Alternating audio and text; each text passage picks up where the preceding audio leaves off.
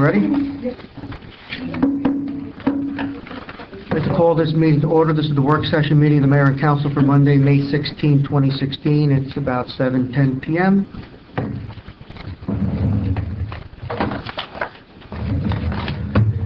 Adequate notice of this meeting has been made by sending notice on December 18, 2015 to the Ridgewood News and the Record, by positioning on the bulletin board in the lobby of the Borough Hall and filing a notice of same with the municipal clerk. I would like to remind all members of the public that we have 3 fire exits in our council chambers, 1 on each side of the dais and 1 in the rear.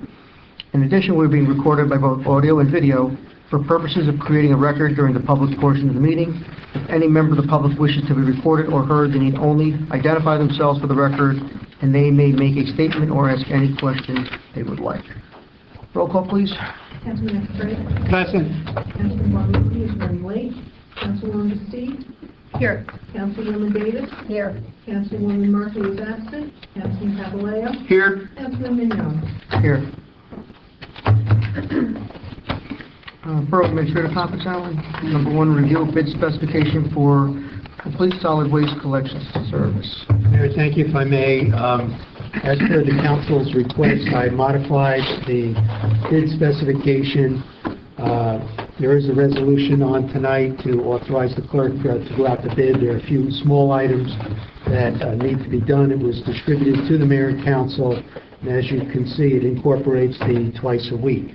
I've also issued a recommendation to the council that we not go out to bid until the borough attorney can determine whether the contractor is willing to enter into the agreement that we currently have in place should we decide to not take advantage of this bid and go back to the 5-year agreement.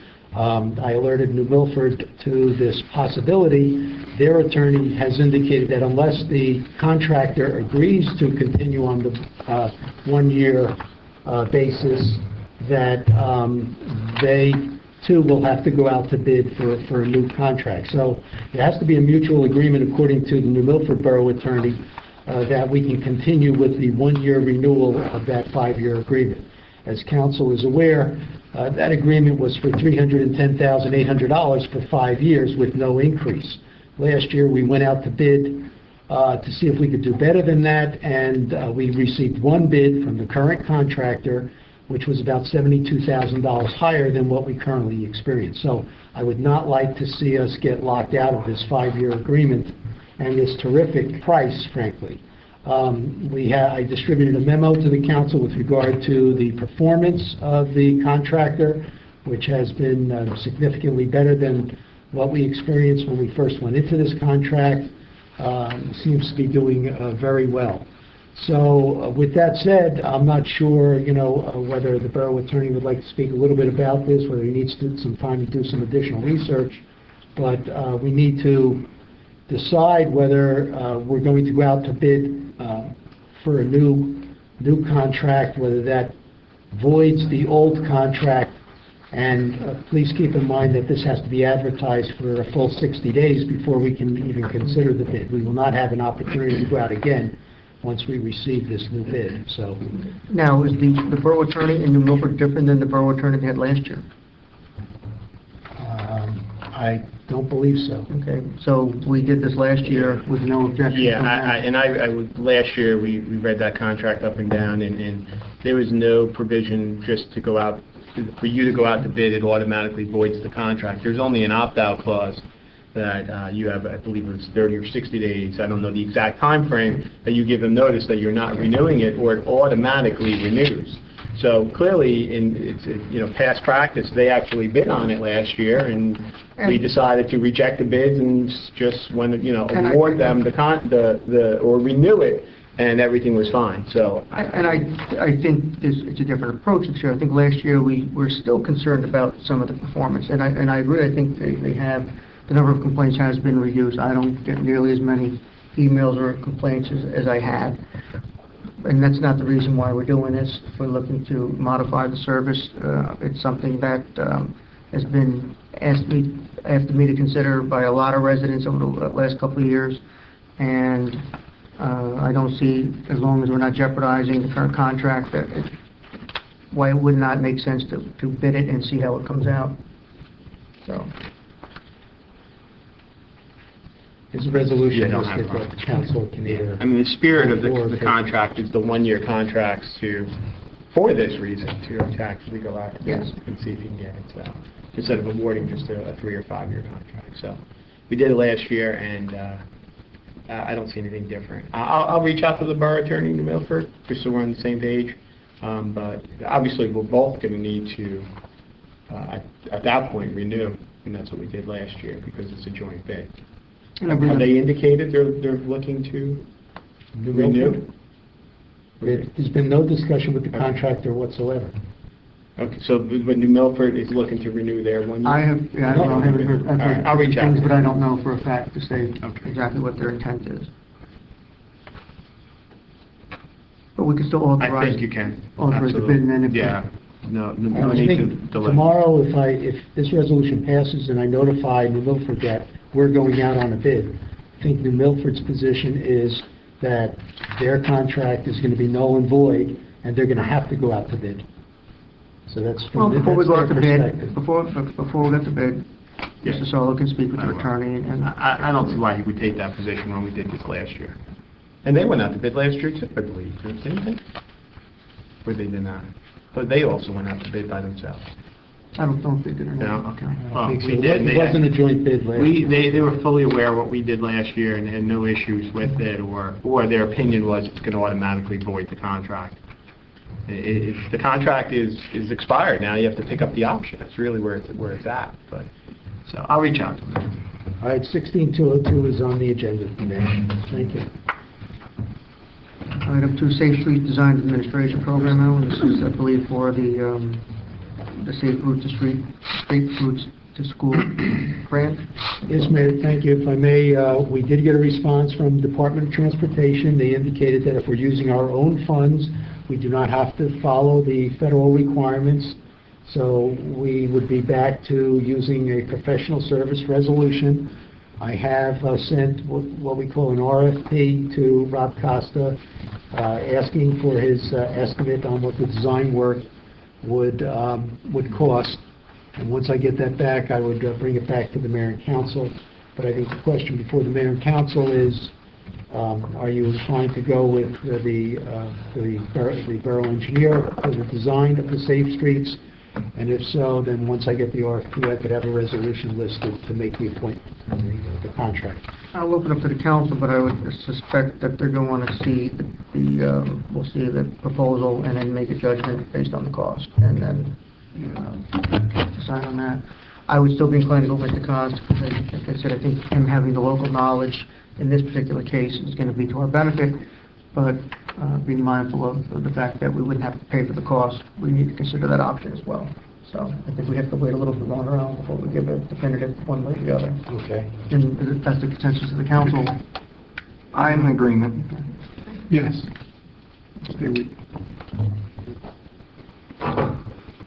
River Edge Swim Club, property schedule. They are a risk consultant, took another look at the quasi-status for the swim club, and he found that we could also insure their property as well. So we provided you with an email in which he surveyed all of the property and equipment that would be insured. It comes to about $2,604,000. The cost of the swim club to insure this currently is about $6,200. For the borough to add it to the quasi-status, it would be no more than $4,000, but it would be significantly less than that. I tried to pin down the risk consultant as to what that would be, and he was not able to really let me come up with another figure, but it would be significantly less than the $4,000 because it gets spread out among all the other participating municipalities in the JIP. So I'd just like to know whether the council is inclined to also add the property coverage to the quasi-status. There would be no additional charge this year for it. We would experience something in our assessment next year. And again, it would be significantly less than $4,000. They're currently paying about $6,200. They do have a policy in place at the current time. And so, open for the council. I really I guess until we know what our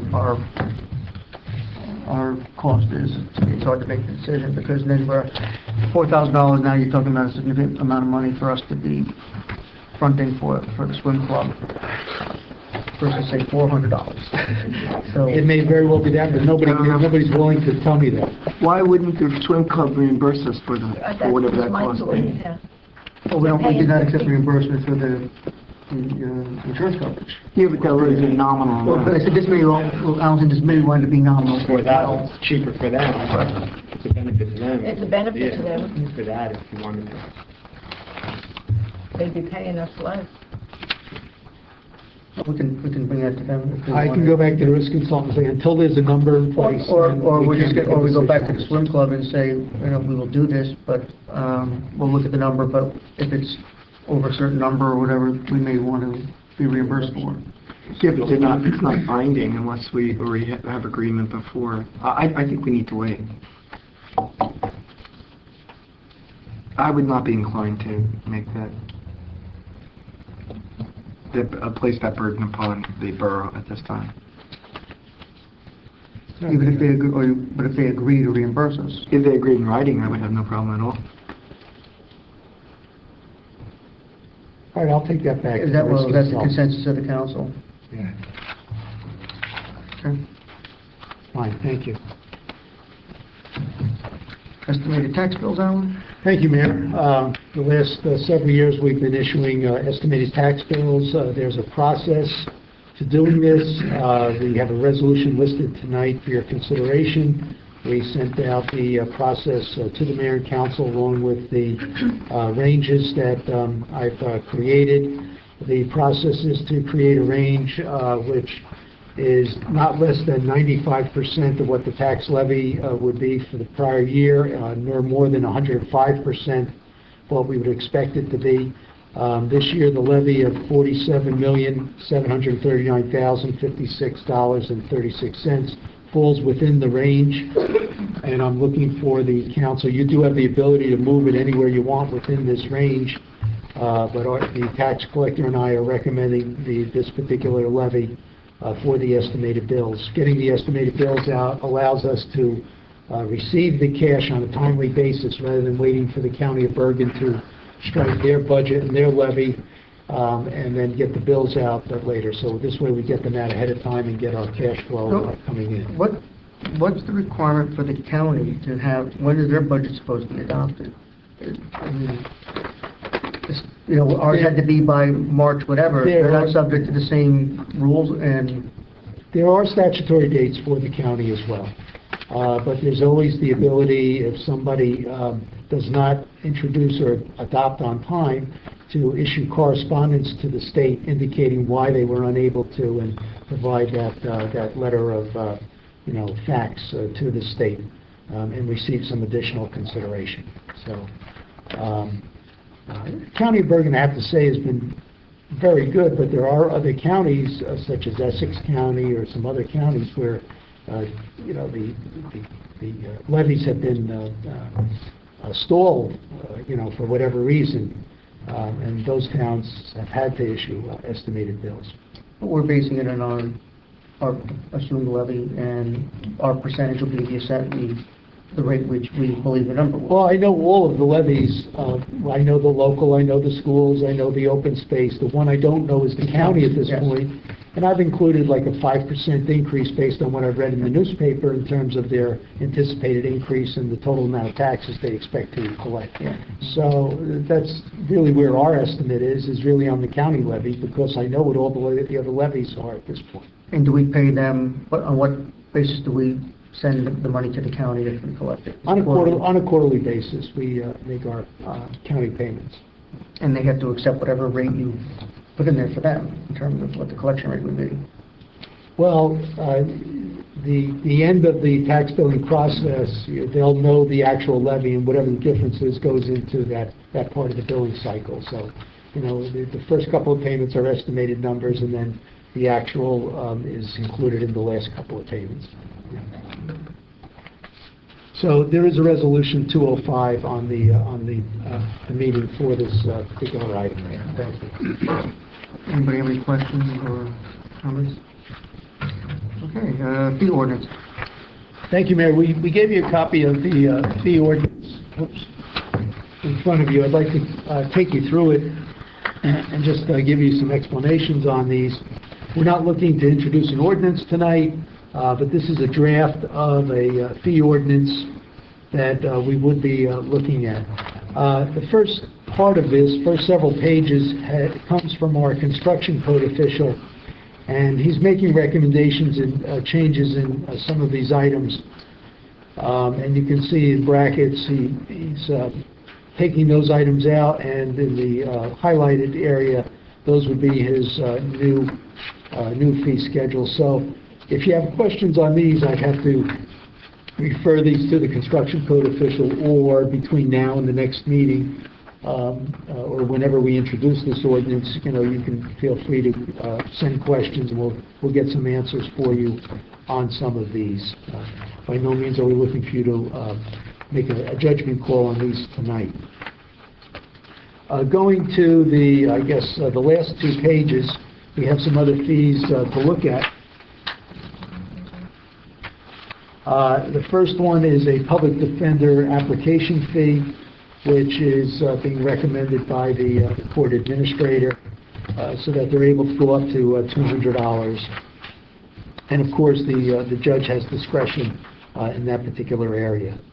The tax sale notice mailing fee of $25 used to be $10, and this is controlled per state law, and we're just increasing it up to the maximum for a tax sale to $25. Could you, Alan, I'm not following where you are right now. I'm on the second to last page of the document. Subsection K. So Yeah, you I'm mentioned going up to $200. I don't see going up to $200. Subsection J. J, okay. J, oh, that's not highlighted though, that's why I lost you. Okay. No, that was the code official who did the highlighting in the brackets. Okay, so J is an increase. Right. Okay. And tax sale is up from $10 to $25. Police officer application fee is in a draft stage at this point. 2012 was the last time we put this into effect. We had a 3-year schedule. The last increase was 2015 to $146.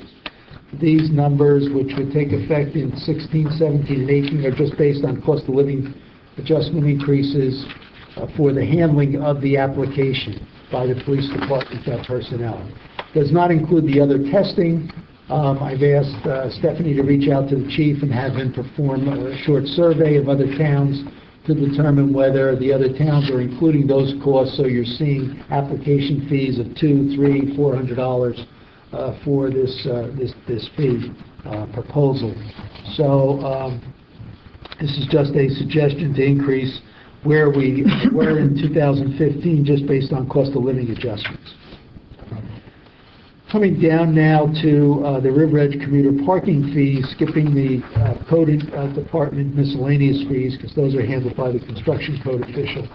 We have the River Edge commuter parking lot fees, the Grove Street commercial, and a new area, the Hackensack Avenue parking fees.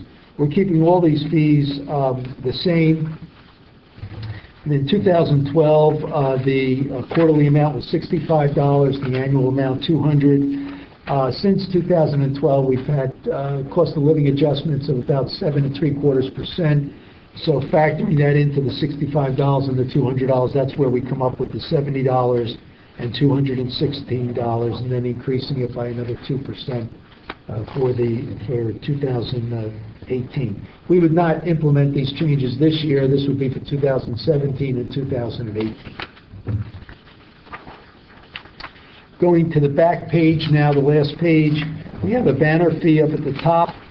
In 2012, this is the last time we had this fee increased. We're going to $27 based on that 7.75% increase from 2012. Likewise, with the garage sale fee, we'd like to increase it to $15. That hasn't been increased since 2010. And what is that currently? 10? Yeah. Solicitor's permit, is at $20 right now. We'd like to go to $25 in 2017. Last time that was raised was 2008. And then we've included the farmers market weekly vendor fee of $25 for this year. We know that the mayor and council have asked the committee to come up with an amount. They have recommended the $25, but it needs to be memorialized in an ordinance so that we might collect that fee this year. Question for Stephanie about, we're going to go back to the garage sales. How many do we issue a year? About 100, give or take. I don't know. To me, I'm not inclined to raise that one because people having garage sales probably aren't making that much money to begin with, and I don't know whether it makes sense to raise it, but This is being raised from 10 to 15? I would agree. I support leaving it alone. Yeah, keep it in. Mary, anyone with it? I Yeah, I just think it's, we're not going to make money on it, and it's something that, it's your average homeowner doing it, so I don't think it's... All right, we'll take that one off there. It sounds like we have a consensus on that.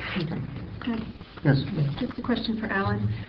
Where would we see the fees for licenses that the health department charges? Because in previous meetings, they've talked about trying to do a review of all their fees to try to see if there's some modifications that should be made. We had a meeting today with Gita, Adrian, Stephanie, and myself to talk about getting a notice out on the farmers market to other organizations.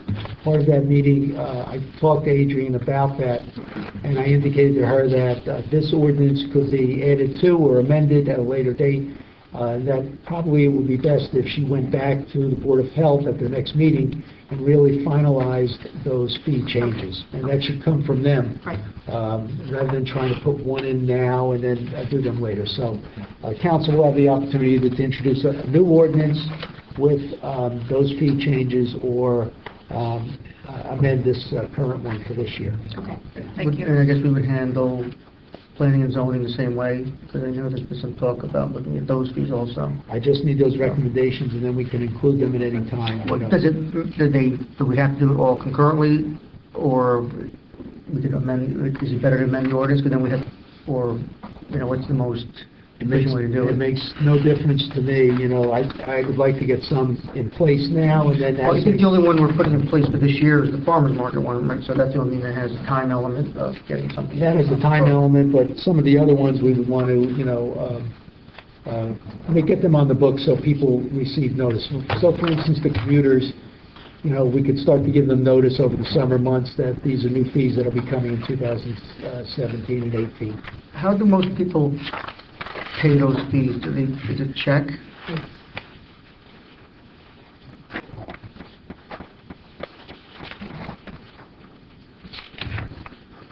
Any other questions? We're not making a decision on this, right? No. This is just being introduced for us to have an idea and to look over. And I have no questions at this time. Anybody else? All right, work session consent agenda. There are 4 items. We're amending the contract with Burke Associates for the housing plan in an amount not to exceed $6,000. This is for COA obligation. Board contract to Richard Merman for limited structural engineering services in the amount not to exceed $1,000. I assume that's for the firehouse damage? Yes. Refund of construction bond for shade trees to your home team in the amount of $25.7956, and that was recommended by the Shade Tree Commission. Correct. And 4, award the contract to Shafano Construction, 2016 Riverside Road Improvement Project, not to exceed $354,000. So, anybody have any questions or comments or discussion on any of those items that are on the 8 o'clock work consent agenda? No. All eyes on that. Have a motion? So moved. Second? All in favor? Aye. Can I ask this procedural question? Why do we have to... No, I'm asking Alan, why do we need to approve a consent agenda when it's on the consent agenda and we're going to vote for it again at 8 o'clock? Because you could just pull it off if anybody wanted to pull it off with the consent agenda. But this gives the council the opportunity to discuss these items prior to the council meeting. If we ended up having discussion on all the resolutions and questions on those resolutions, then that defeats the purpose of having... I'm not saying we shouldn't have discussion, I'm saying why we need to vote to put it on, because now anybody can remove it again anyway at 8 o'clock in the morning. It just seems redundant to have to. Oh, the vote, we have a vote on The vote to move it and then vote it again, that's what I'm just, I don't mind having a discussion on it, it just procedurally just seems like it's redundant. We could just listen instead of consent on Is for this- your information. Yeah, and then if there's discussion, then we talk about it. And then, for your information, secondary market disclosure compliance policy, Alan. Mayor, if I may, at the last Finance Committee meeting, we discussed the advantage of having what's called a secondary market disclosure compliance policy. The Securities and Exchange Commission has a rule which requires that the borough be transparent and disclose its financials and any material events that might occur that would affect the payment of the bonds that we have outstanding. And while this has been a practice for many, many years, we have supplied our financial statements, our debt statements, our audit, our budget, and we have disclosed any other material events. Having a policy in place to make sure that the borough is committed to that transparency and disclosure would memorialize it and make sure that those that come after us would follow the same policy, and that this is always looked favorably upon by the rating agencies. So the Finance Committee was in agreement that we should look at doing at something like this. This is a draft that has gone out to the council. It's not scheduled for tonight. We would get another copy to you between now and the next meeting, and we would list it for consideration at the next meeting. We have a professional firm now, Phoenix Advisors, who actually takes our information and posts it to this particular website, which can be accessed nationally by any individuals, brokerage firms, or anybody who has an interest in this information with regard to the sale of our bonds over the years. So it's just listed here in case there are any questions or concerns. Otherwise, what we would do is we would put this in the form of the resolution for the next meeting and have the council consider adopting it. Anybody have any questions on that? Item 2, Kennecott and Midland letter to Bergen County. Mayor, if I may, we distributed a letter from the consultant to the Traffic and Safety Committee, and the consultant is recommending that we send a letter to the county engineer requesting that we increase the pedestrian walk interval from 7 seconds to 12 seconds at the intersection of Midland Avenue and Kennecott Road, and that this would give the pedestrians additional time to start their crossing.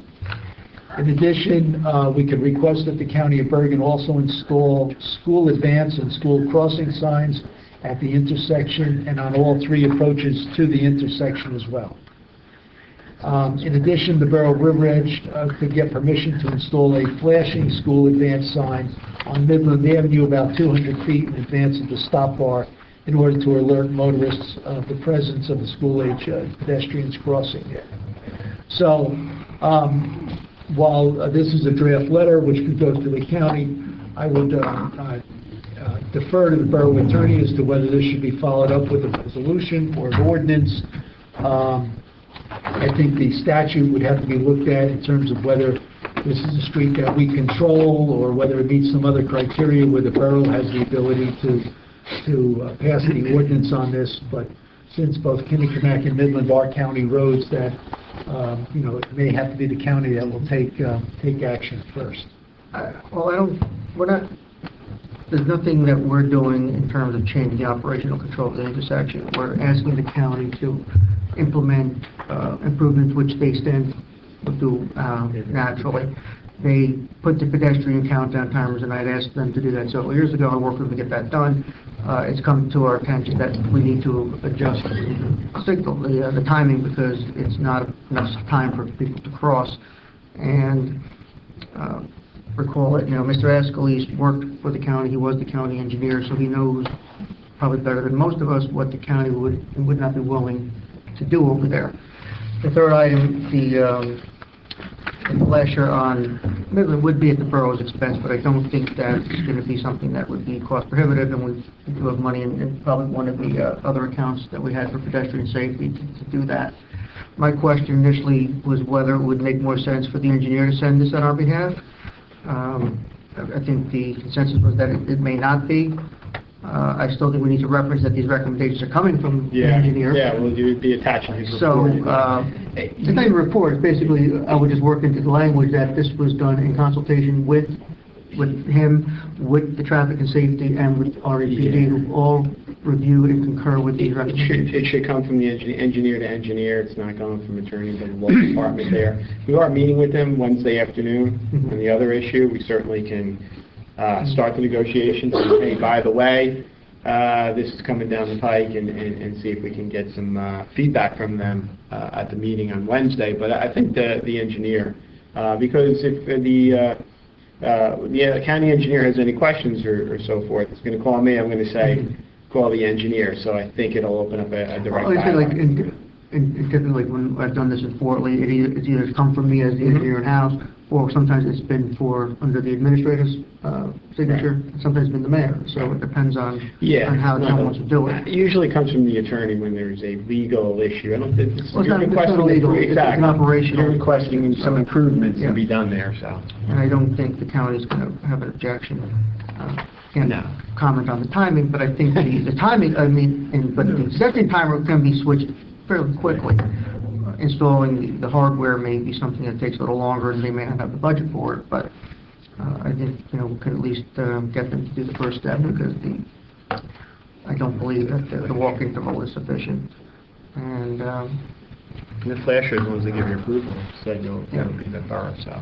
I think it should come from, the engineer, I agree, from engineer to engineer. So that would be Mr. Costa would write that? no, we'll get a reference Gary from Gary's Yeah, office. absolutely. So will Alan respond And I to think Gary it helps then a lot and give more. him that? Yeah. Okay. And I agree with the mayor coming from Gary. But He he's knows better comfortable than with anyone, that? so. It's typical, Okay. but I think he said they would do it if that's what we wanted. And I said if they come back and say that for whatever reason they think it should come from the administration side, then we'll modify it. But it'll be brought up at the meeting. I'm not going to be able to be there, but we'll make sure it comes up. Yeah. And the letter will go out this week under somebody's signature. So, I think. And I just wanted, for the public, that this was reviewed by Traffic and Safety. It was also reviewed by the REPD, and I believe the recommendations were all everybody's concurrence, and everybody's happy with making the recommendations this way, without having a formal recommendation from the Traffic and Safety first, and then going back to the engineer. It's a little bit of an abbreviated process. So. But it was if I could just elaborate on that, there were about 10 residents present at the Traffic and Safety Committee to voice their concerns about the intersection. Gary Ascalise was extremely well prepared, as was Police Officer Verrecchia, who's our traffic officer. It was a very, very substantive dialogue between the two sides, amicably coming to these recommendations as a good first step to try to improve that crossing. So, yes, and we do have in writing concurrence from the Traffic and Safety Chairperson. Good. So we'll just move on it, and administratively how we need to get it done, we're going to get it done. Unfinished business. Anybody have any? Mayor, I can report on the social media policy. I reviewed it. I compared it to the GIF language, the GIF policy. I spoke to the risk manager on it. Everything is okay from a legal standpoint. Your proposed policy is actually less restrictive than the policy from the GIF. And obviously, if it was more restrictive, there would be some concerns there. But because he said you're actually less restrictive than their policy, the changes that were made, there's really no issue with it. So at this point, from the legal standpoint, And from the JIF standpoint, everything passes the test, and I, leave it up to you guys whether you want to then. Definitely. Alan did send me some concerns he had with regard to the social media, regarding I believe the person that would be, if content was removed and so forth, and I'll address that with Alan, but I don't think that'll, it's more of an insurance thing as to who would cover and provide coverage, if the borough or the actual person removing the content got sued.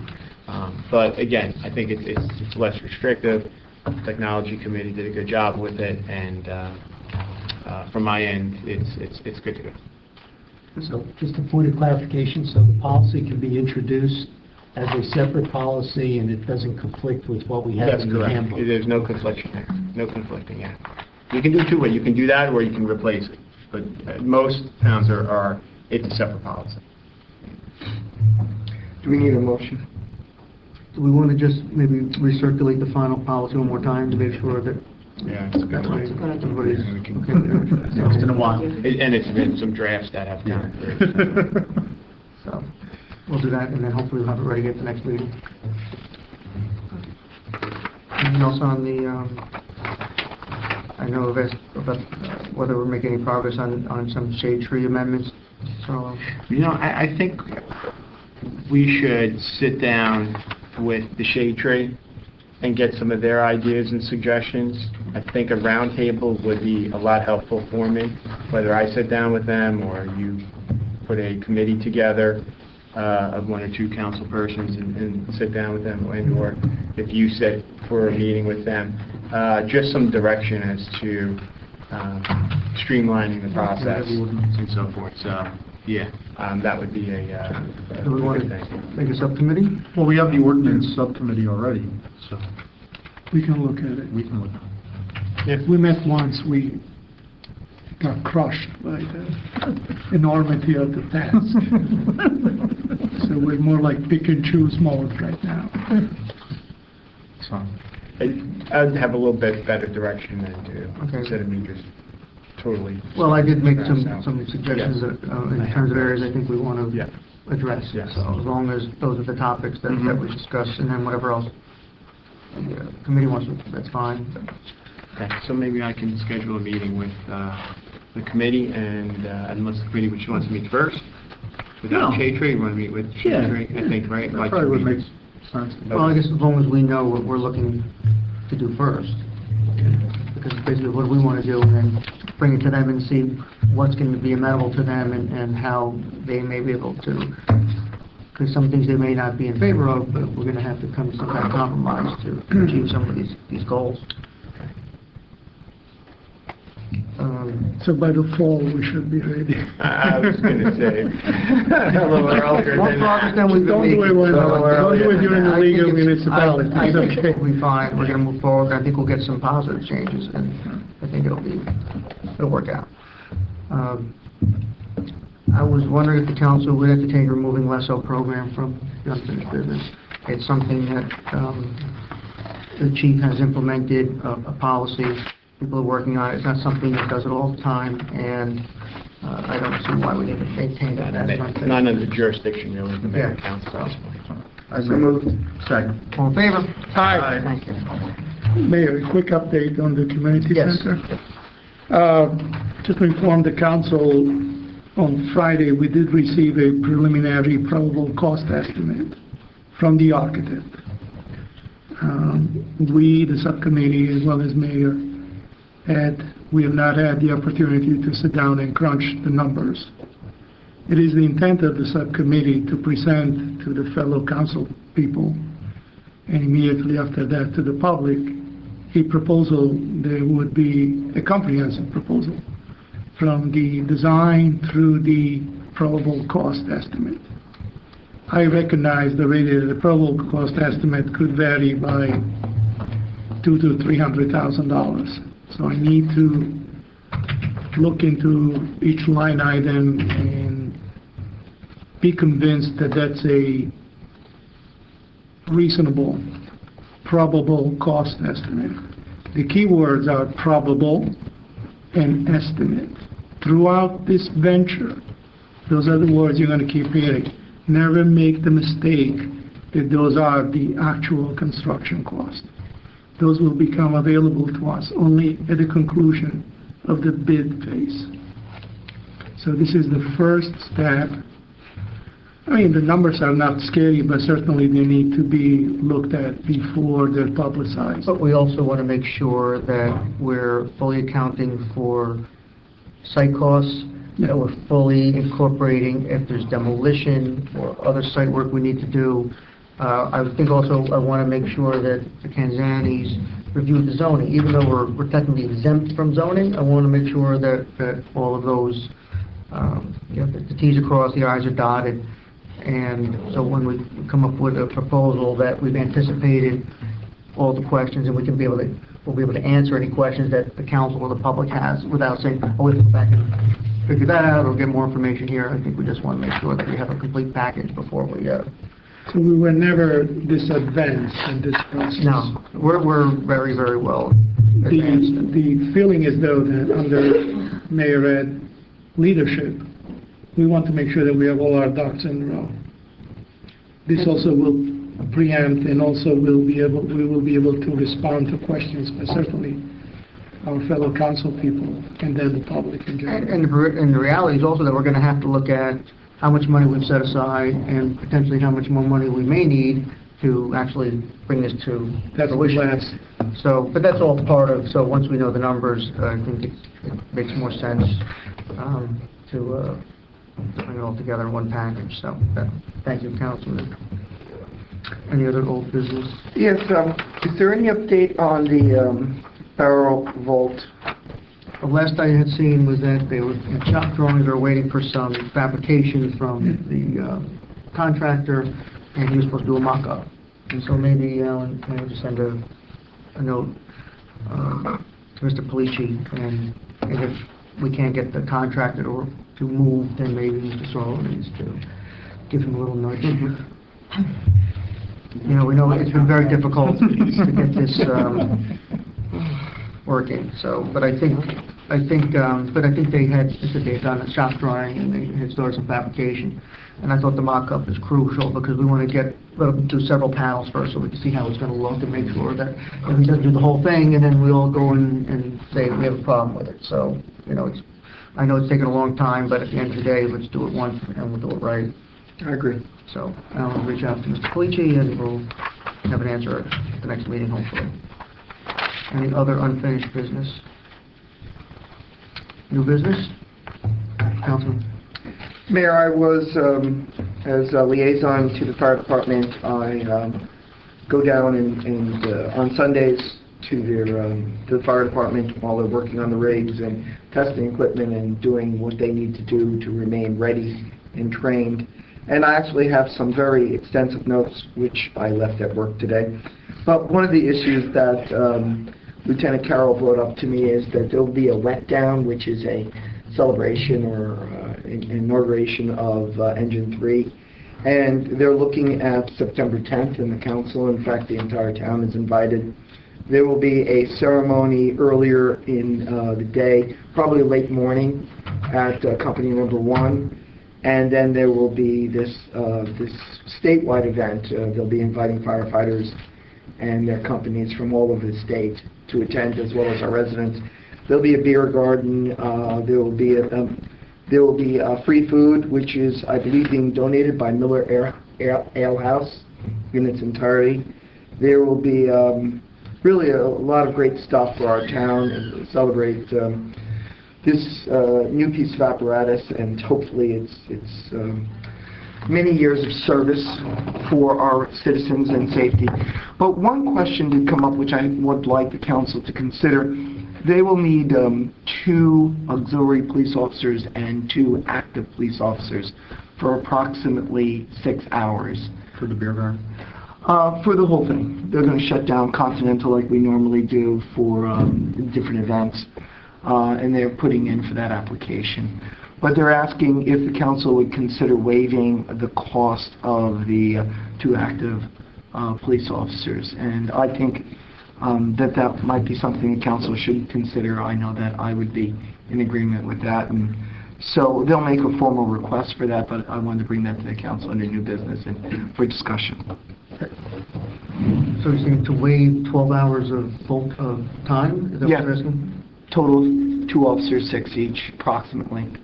Have they gone to the chief with the No, they plans? haven't, and that's why I'm bringing it up, just for a discussion.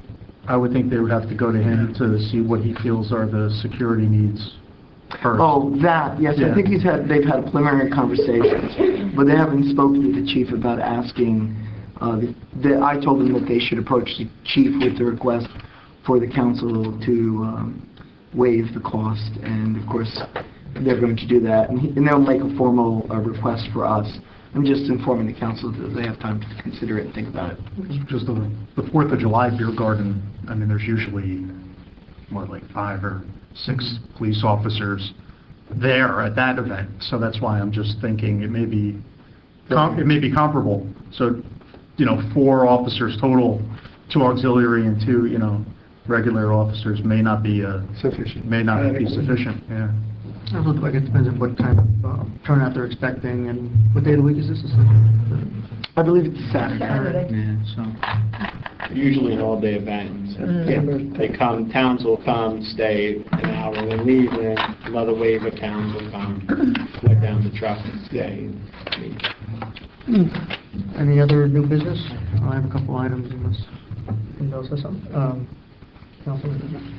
I would like to inform the council, as well as the public, that at last Thursday night planning board meeting, I moved to table any further discussion by the planning board about the determination of an area in need of redevelopment.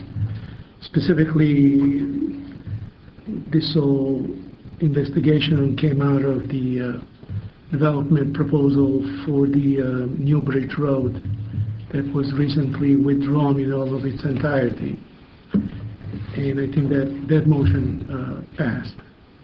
I would like to propose to the council now that we recall any resolution or ordinance, I just don't remember, resolutions that we may have passed to authorize an area in need of the redevelopment or any pilot program for the purpose of reevaluating the entire matter in view of also recently held meetings with mayor and our planner and who else was there? Redevelopment attorney. And the redevelopment attorney.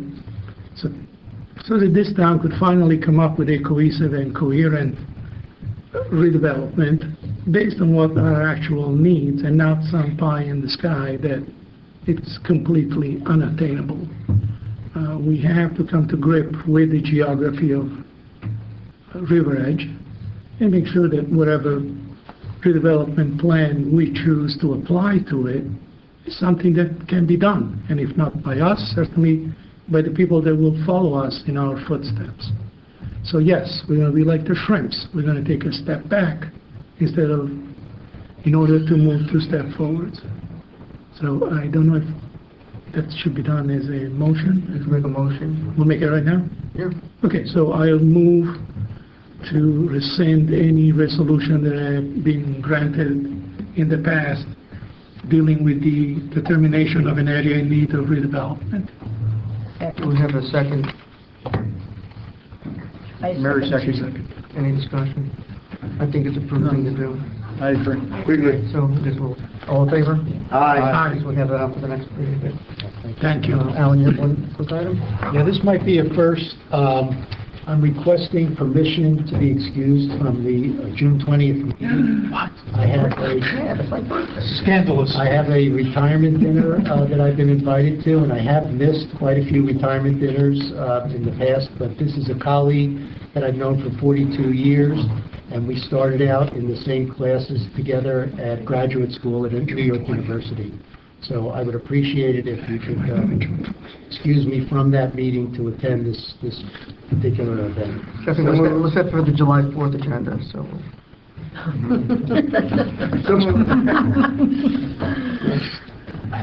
Enjoy it. Yeah, I appreciate Do we it. need a resolution? I don't think so. No, good. I'll have one quick thing, actually two quick things. One, I got a letter from a resident, or not a resident, somebody in Hackensack, saying that apparently we're missing library direction signs, and they were under the impression that we either took them down or prohibit them. I don't know, Alan, if you saw this about, I've seen them in different places, library direction this way. I don't know if that's something we want, but I would bring it to Dara and see if that's something they do want to do, and then whether the PD or DPW has the jurisdiction to tell us where to put these and how many we need. I don't know, but just want to have it addressed, so it was brought to my attention.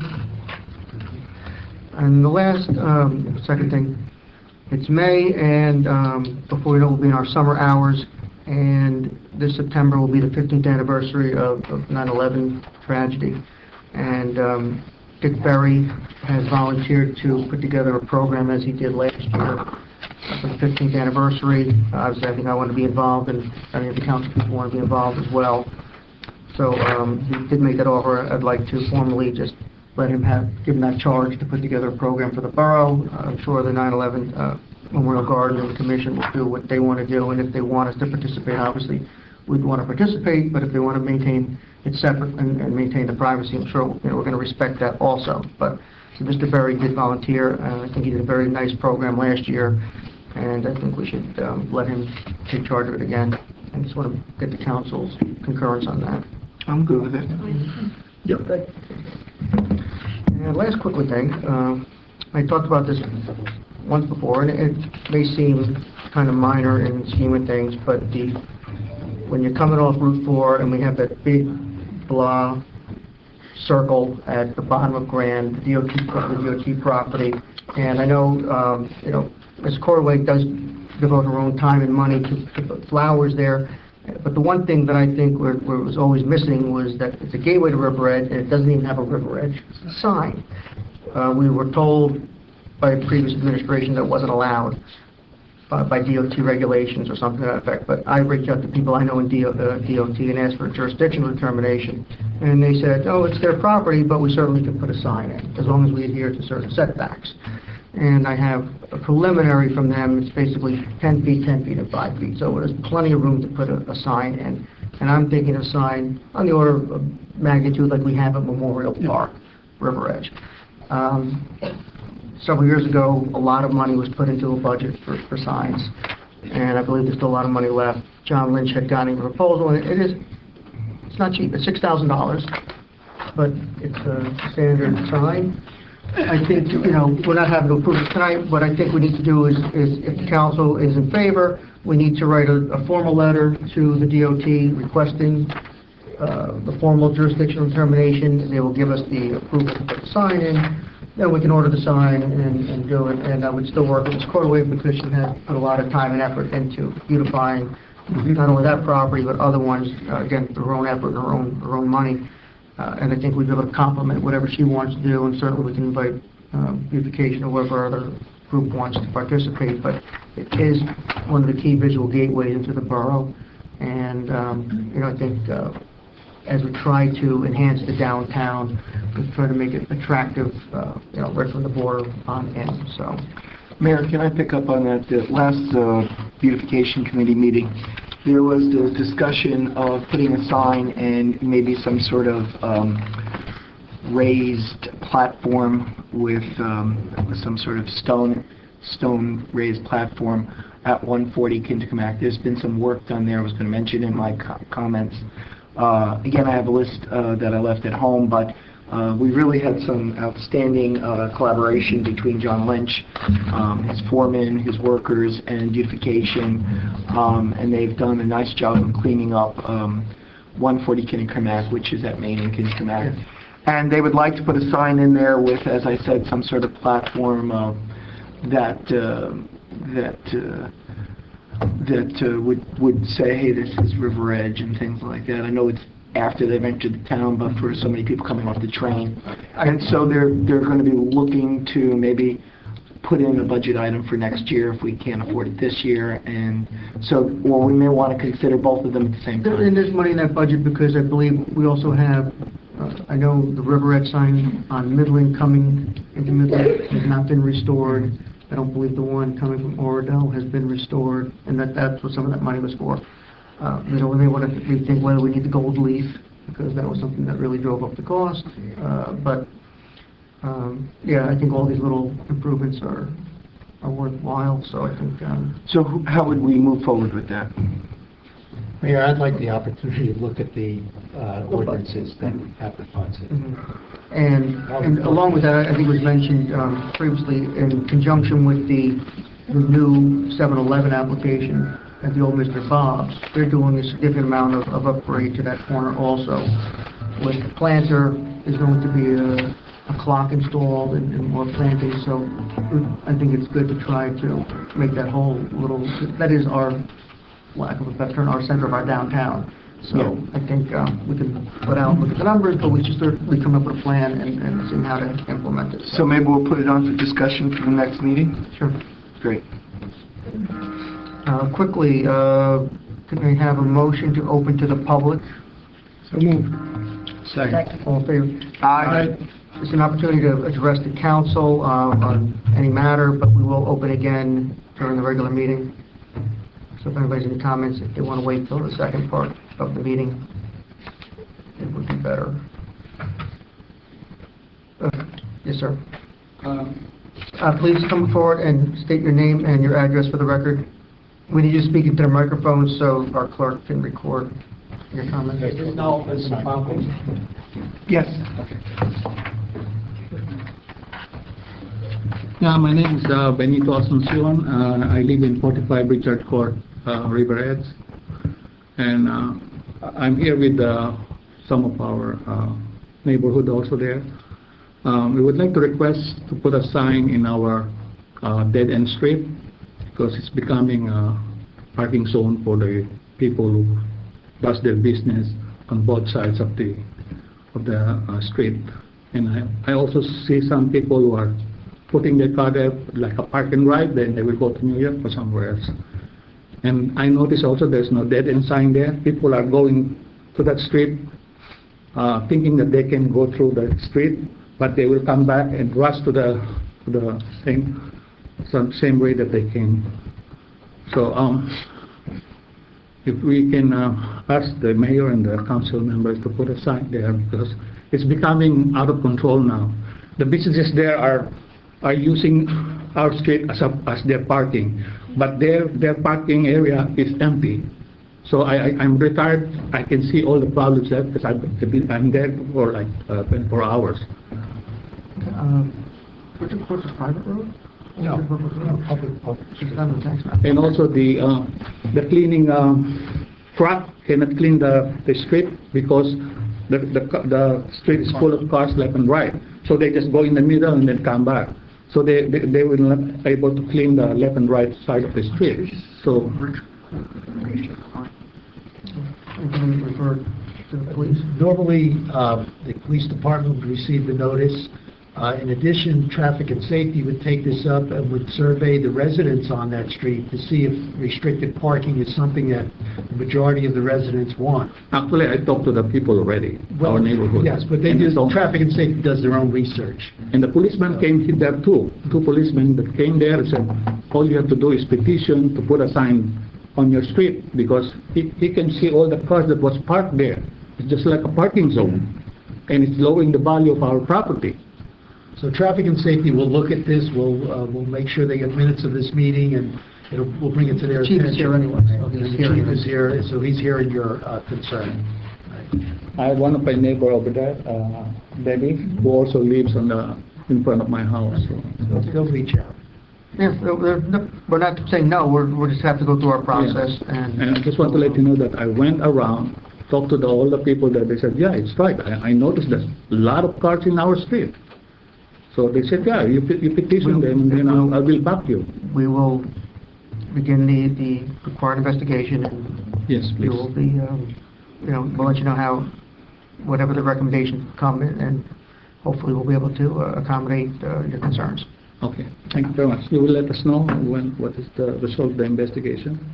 Do I need to come back here next meeting? No, I mean, I don't even know when the next traffic is in June, so it'll be on the June traffic safety. Obviously, the chief is getting advance notice, so hopefully the chief will be able to at least have, if they have an opinion or recommendations, they'll bring them to that meeting for the traffic and safety. Do you know the date, Councilwoman? If you want to appear at the traffic and safety meeting, you're free to come. It's a public meeting. And voice your comments also. That will be on June 6th. If it's possible for... No. Yeah, no, I'm looking it up. I can't really say it. We can get notice to you of when the next Traffic and Safety Committee meeting is.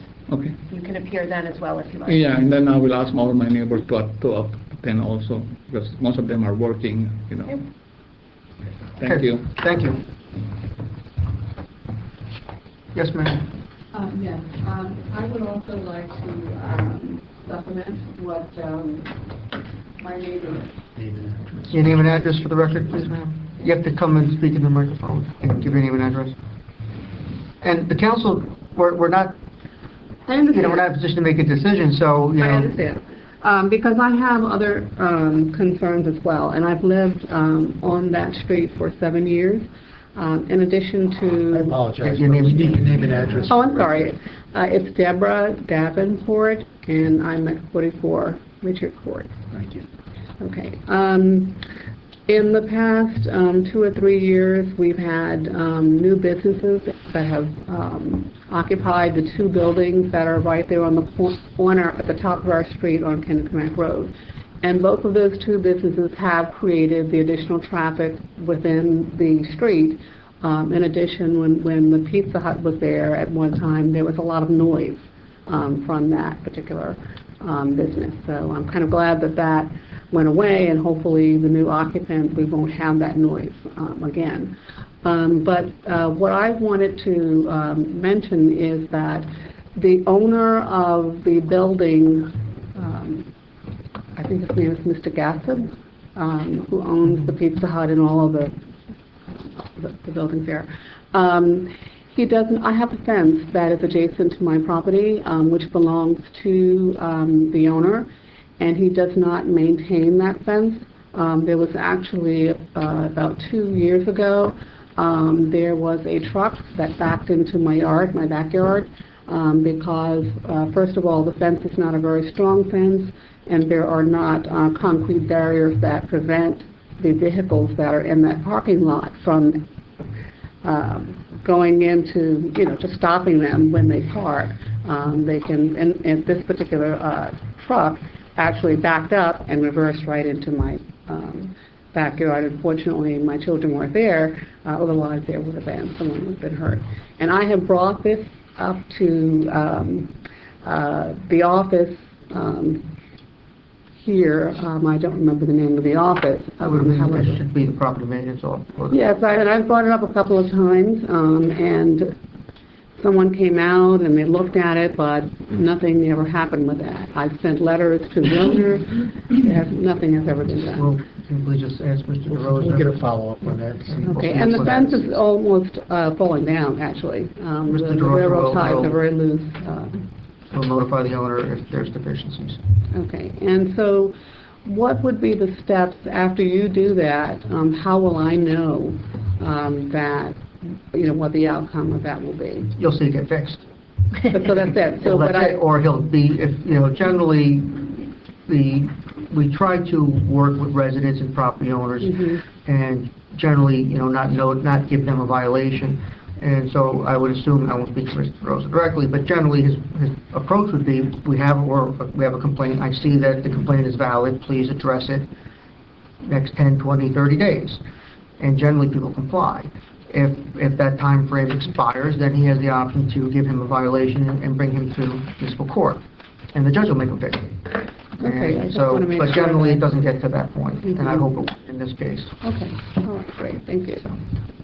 Thank you. Anybody else? We have another opportunity at the 8 o'clock meeting. A motion to close, please. So moved. Second. All in favor? Aye. A motion to adjourn work session. So moved. Second. All in favor? Aye. We're adjourned.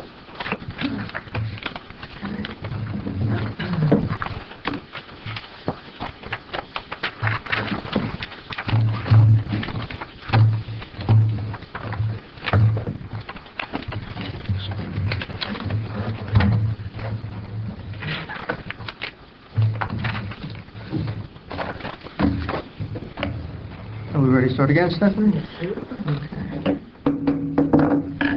I'd like to call this meeting to order. This is the regular meeting of the Mayor and Council, Monday, May 16, 2016. It's about 8:15.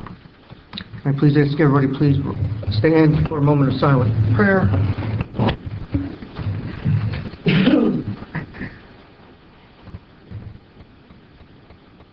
And could Councilman Bastido please lead us in a salute to the flag?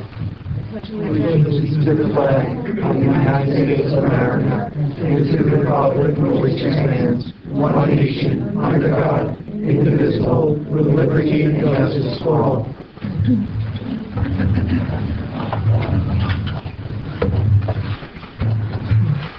Adequate notice of this meeting has been made by sending notice on December 18, 2015 to the Ridgewood News and the Record, by positioning on the bulletin board in the lobby of the Borough Hall, and following notice of the same with the municipal clerk. I would like to remind all members of the public that we have 3 fire exits in our council chambers, 1 on each side of the dais and 1 in the rear.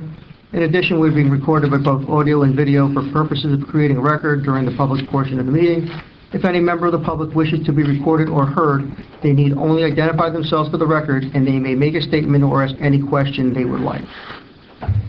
Roll call, Madam Clerk. Councilman Correa? Present. Councilman Barnwell? Here. Councilwoman Bastido? Here. Councilwoman Davis? Here.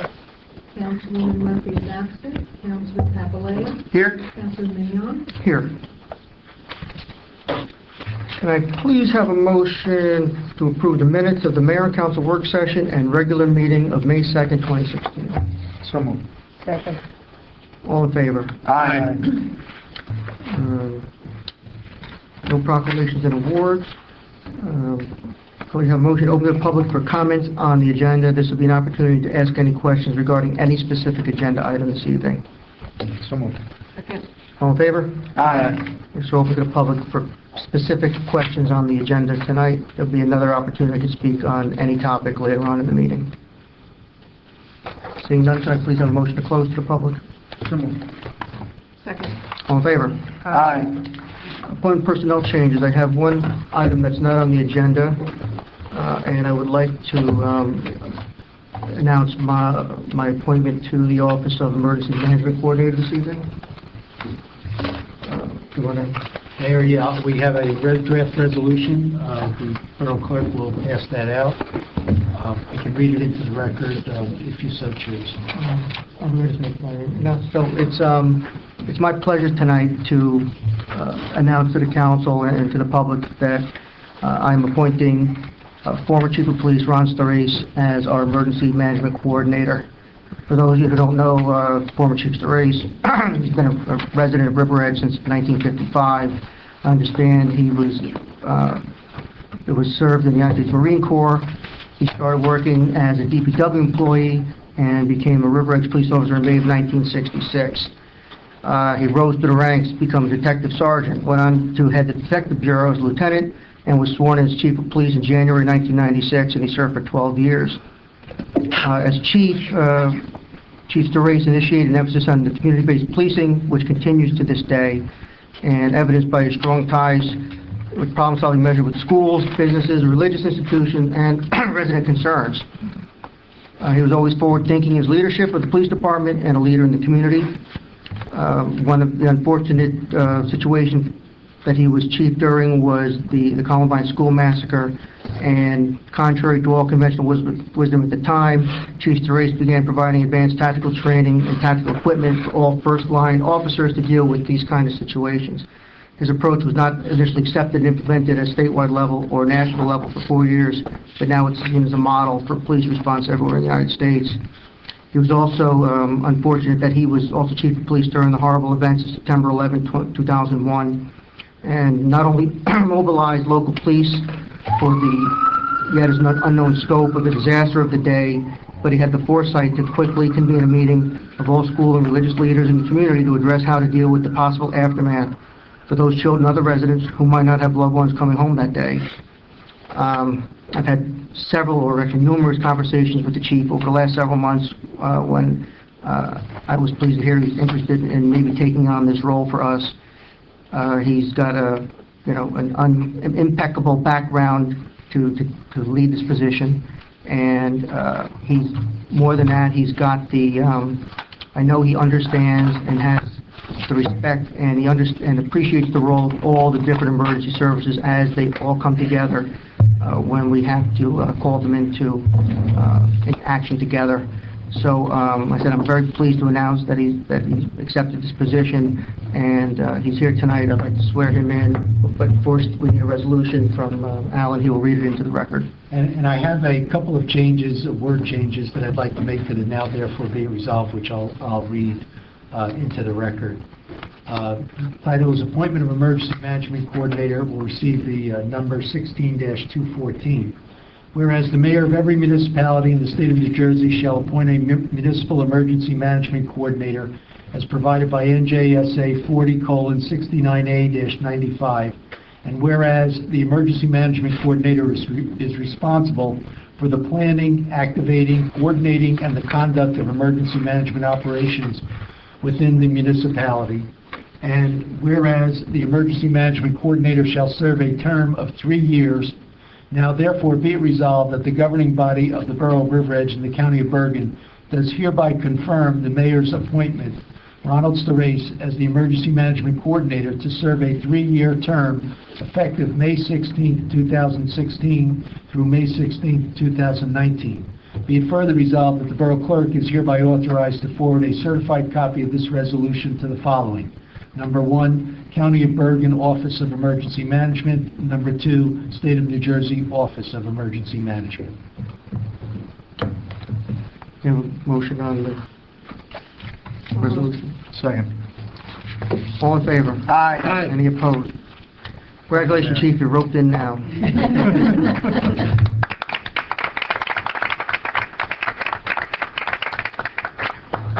Would you like to come forward with your family and we'll swear you in? I see you have a Bible, or I'll bring one down.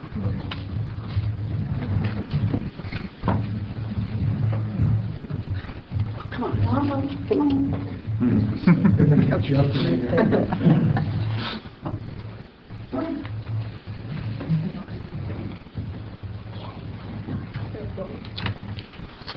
Little boy, girl, for you.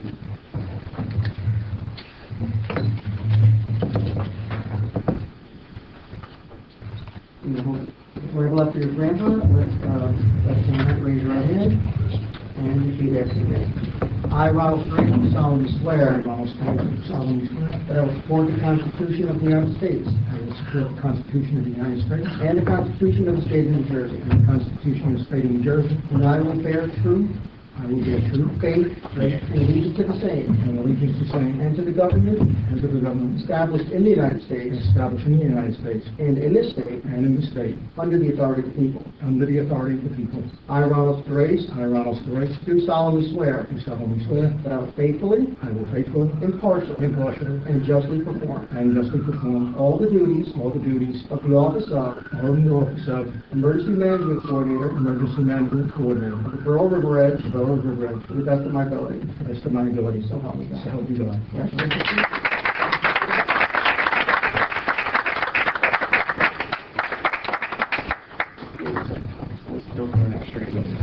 Congratulations. Congratulations, Chief. Chief, thank you. Congratulations. I gotta stay for that. Congratulations.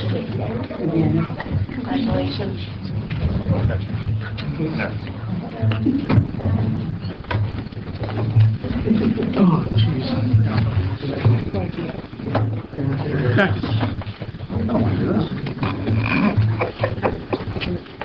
Yeah, no, it's okay. Need to leave step. Might as well just check out the rest of the week.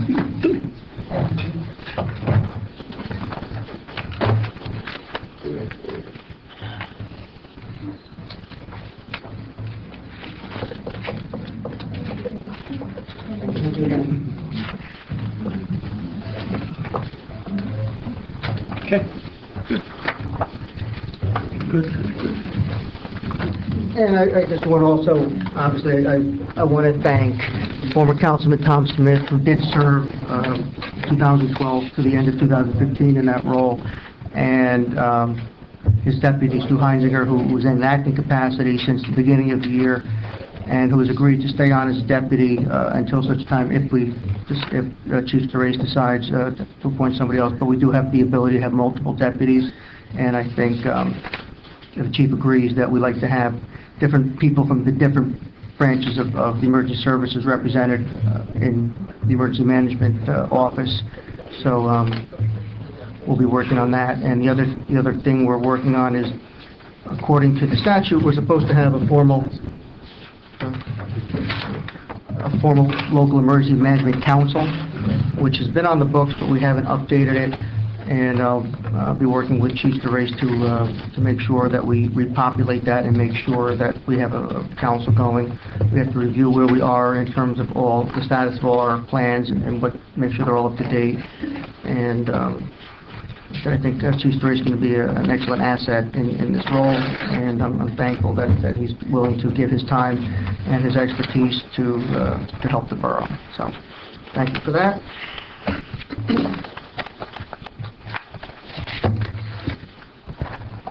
Other appointment or other personnel changes, can I please have a motion to approve the hire of Christopher Barkacci? I think $385 the family's library page at an hourly rate of $8.38, 10 hours per week, effective May 17, 2016. So moved. Second. Any discussion? All in favor? Aye. Any opposed? Can I please have a motion to approve the hire of Natalie Chape, 792 Park Avenue, as the part-time seasonal farmers market manager at an hourly rate of $18 with a 6-month probationary period, subject to the adoption of a salary ordinance and resolution. So moved. Second. Discussion. I would just like to say a little something here, that I've passed out the resume to each one of you, and I think that we are really in great shape. She has a wonderful resume, and 2 of the committee members are here tonight, and she's already started, not knowing whether she'd be approved or not, checking into getting vendors and everything else. So I think it's going to be a wonderful asset to the farmers market. A motion and a second. Any more discussion? All in favor? Aye. Any opposed? Thank you. Correspondence. We have various correspondence that's on file with the borough clerk. If anybody wants to read or have a copy, just ask the clerk for a copy of it. We have 1 monthly report filed this month in the library board for May 2016. We have 3 ordinances on, 4 ordinances on for first reading tonight. Madam Clerk, please read ordinance 1862 by title. 1862, ordinance creating a unified electronic reporting system for dealers in precious metals and other secondhand goods. Now, usually I ask Alan to give me an interpretation, but as I had requested once before, we got a plain English version of what this is. So, Alan, you can either read it or if you want to just summarize what it is. But I thank you for doing that, because I think it's just one more little step towards accessibility and transparency for the public. Description: assist the police department and crime victims in recovering stolen precious metals and other secondhand goods by requiring minimum identification, reporting and distribution criteria for licensed dealers. All secondhand good dealers must comply with all of the requirements. So can I have a motion to adopt this on first reading, please? So moved. Second. Any discussion? Roll call, please. Councilman Castrita? Yes. Councilman Bartoloni? Yes. Councilwoman Bastiz? Yes. Councilwoman Davis? Yes. Councilman Papaleo? Yes. And this will be scheduled for a second reading, public hearing at a later council meeting. Ordinance 1863, please read it by title, Madam Clerk. Ordinance 1863 is an ordinance creating a unified electronic reporting system for dealers in scrap metal. Alan? Description: assist the police department and crime victims in recovering scrap metal by requiring minimum identification, reporting and distribution criteria for licensed dealers. No person shall use, exercise, or carry on the business, trade, or occupation of the buying, selling, or pawning scrap metal without complying with the requirements. Can I please have a motion to adopt this on first reading? So moved. Second. Any discussion? Roll call. Councilman Frida? Yes. Councilman Bartoloni? Yes. Councilwoman Bastu? Yes. Councilwoman Davis? Yes. Councilman Papaleo? Yes. And similarly, this will be scheduled for a second reading and public hearing. Ordinance 1864, Madam Clerk. 1864 is an ordinance to amend Ordinance 1848 to fix the salary, wage, and compensation of the officers and employees of the Borough of River Edge in the County of Bergen and the State of New Jersey for the year 2016. Alan? Description: add part-time farmers market manager position to 2016 salary ordinance. Have a motion to adopt this on first reading. So moved. Second. Any discussion? Roll call. Councilman Frida? Yes.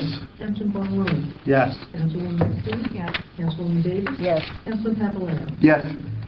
And ordinance 1865.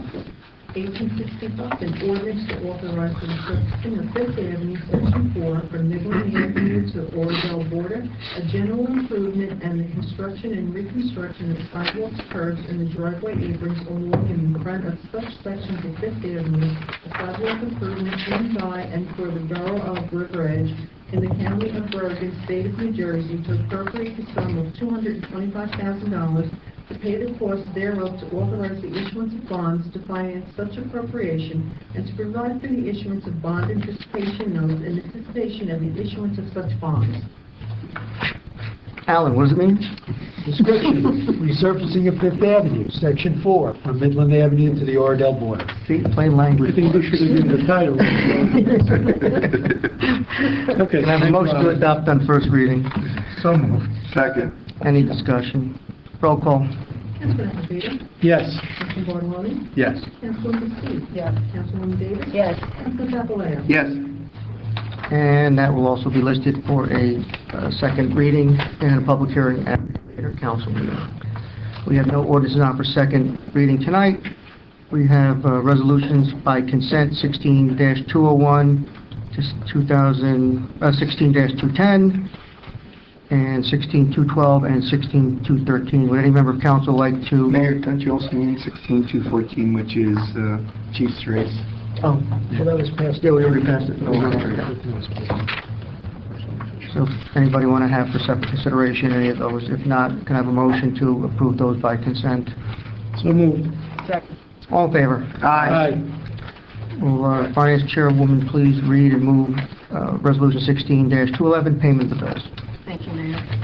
Whereas vouchers for the payment of goods and services rendered to the Borough of River Edge have been received, and whereas each bill has been checked by the receiving department, approved by the Chief Financial Officer and Borough Clerk, and reviewed by the 3 members of the Finance Committee. Now therefore be it resolved that bills as listed now be confirmed for payment from the appropriate funds as follows. Current account, $202,701.48. Capital account, $11,227. Recreation account, $2,968.79. Animal welfare account, $22.20. Trust other account, $7,460. Open space account, $330.67. Trust other developers account, $2,100. So moved. Is there a second? Second. All in favor? Aye. Okay, we're at now the opportunity to open the open meeting for public comment. Can I have a motion, please? So moved. Second. All in favor? Aye. We're now open to the public for any comments, questions, concerns. Just please come forward, name and address for the record. Yes, Mrs. Courts.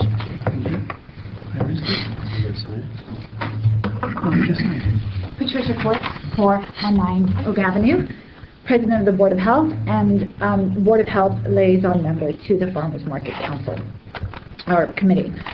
First of all, I'm here to do a follow-up on my presentation 2 weeks ago to let you know where we are with that, with the Board of Health. By Wednesday morning, our Board of Health Secretary will have all the paperwork that I stated here 2 weeks ago. It will be put on our webpage. We are making a letter that we're going to send out to all the heads of the organizations, stating what they need to do about the food vendors permits.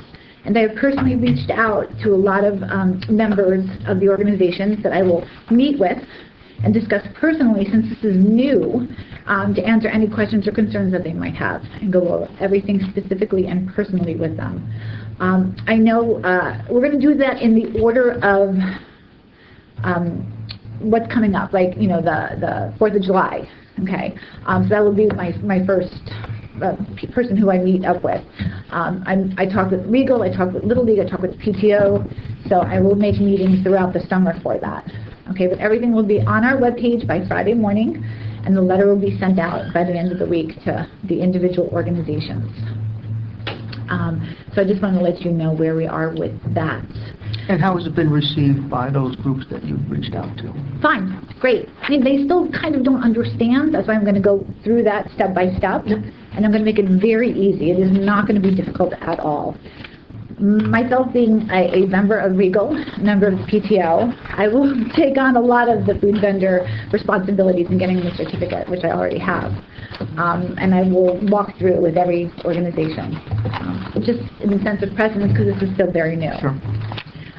That being said, I want to fill you in on our first meeting of the Farmers Market Committee. It was a great meeting. We had a lot of ideas that we discussed. We're very excited that Natalie is going to be joining us as the manager. We were impressed with her knowledge and her experience, and are excited for her to join us as the market manager. And we will make this the best and most vibrant farmers market to date. Our second meeting is tomorrow. I am going to present to the meeting our welcome packet for the food vendors, which will have all the information they need regarding the farmers market and what they are responsible for, and all the applications. And it will discuss the fees, cleanup, and what we feel that they will be responsible for. And I will present that to the committee tomorrow and get it approved. And then, if once it's approved, we'll give it to Andrea on Friday morning. She will make up the packets. We hopefully will like to get a web page for the farmers market, potentially a Facebook page for our public to look at. And we have our mission statement. Our mission statement for the farmers market is for River Edge Farmers Market is to provide healthy, fresh produce, improve local food security, support the entrepreneurial efforts of local businesses, support local farmers, and promote a sense of community. And that's what I stress, promote a sense of community. I have some concerns, as you probably already know. And I like to address my concerns to this council. But unfortunately, the counterperson that I would like to address my concerns to is not here today. There has been a lot of miscommunication and misleading information on social media. And I made a post to address that, and I wanted to come here to discuss it and discuss it with her, because I want the truth to be known. I want the truth to be set in the minutes, and I want to understand where she's coming from with this misleading information. I want to know what her thought process on it, because it's really not supportive of us. And I need the support of the council to support this, to make it work. And I want to ask you, do I have your support? Does the Farmers Market Committee have your support? Absolutely. Yes, you do. Yes. And I have my own comments I will be making after you're finished, Okay. addressing probably a lot of the same concerns and issues I'm sure you're going to raise. Okay. So, like I said, there's been a lot of miscommunication. And I just want to address certain things regarding what Councilwoman Murphy has stated. She has given the impression to the River Edge residents that there is not going to be a farmer's market, when there is. I have gotten calls, I have gotten texts, I have gotten posts to say, why isn't there going to be a farmer's market? And I corrected it. I sent out a message on my Facebook page to share with the residents that there is. And I don't want to go to he says, she says. I don't want derogatory comments. I don't want anything. That's why I wanted to confront her here in this forum. I want her to explain, and I will address this when she comes back. I will make every meeting and address this to her when she comes back. But I want her to explain why she's saying what she's saying. You know, I don't understand why she's saying that. Is there some petty, vindictive feelings that she has? I don't know, and I'm not going to assume that. You know, I want her to explain why there is a need for an ordinance. I want to know in her words why she feels that there's a need. I know why there's a need. A lot of people here knows why there's a need. There was a lot of confusion last year that the public was not made aware of. And we didn't want to bring anything through the mud. As the president of the Board of Health, I was told of the circumstances of potential health risks and money that was allocated and misappropriated. And that's not my business. My business is, as the president of the Board of Health, is the safety of the residents. And there were a lot of issues that came about towards the end of the season, and we can't have that again. She's saying a lot of things on Facebook that I don't appreciate. We are here as a team to work together to make this and to promote a sense of community. Let me see what else my notes said. Again, I had a lot of questions directed to her, so I'm a little disappointed that she's not here today. Sure, the next time. If you want to raise them now, go right ahead, unless you want to wait. Okay, I could, okay.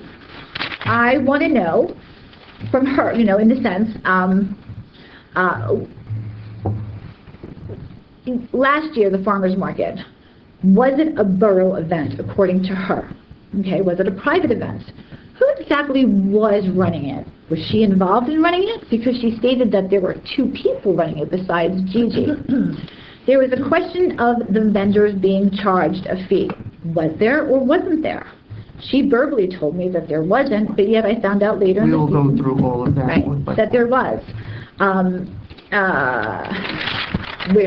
Who was collecting the money? Where was the money going? Were the fees even authorized? Why did the money surprisingly show up?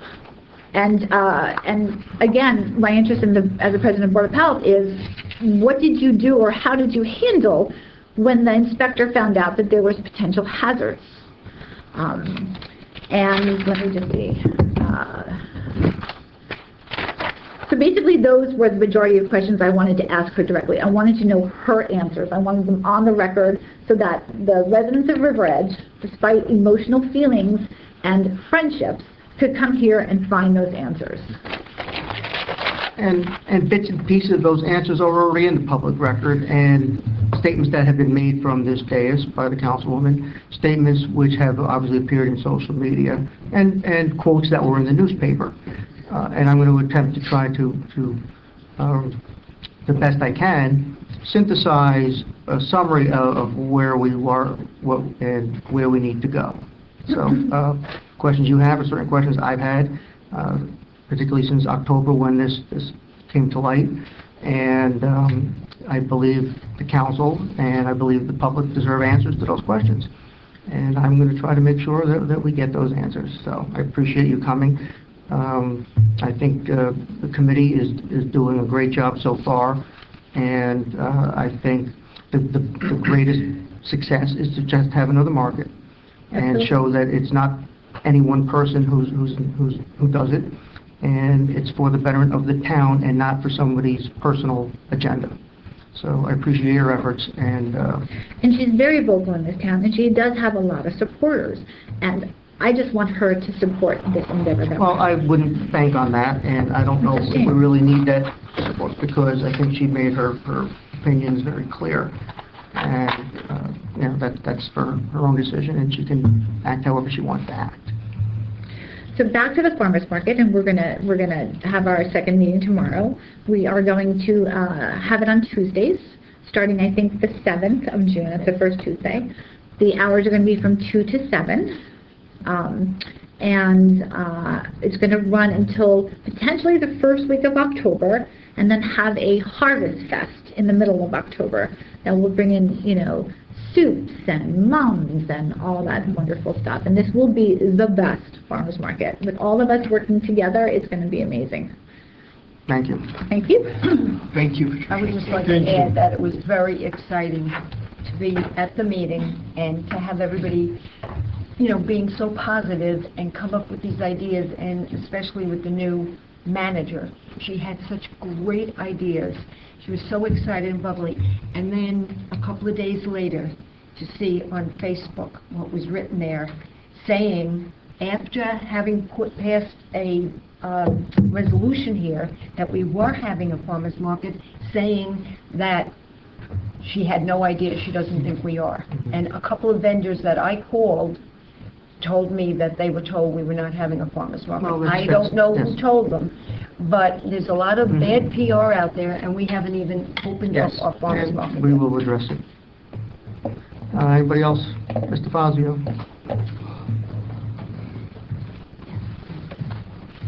Carl Fazio, 229 Madison Avenue.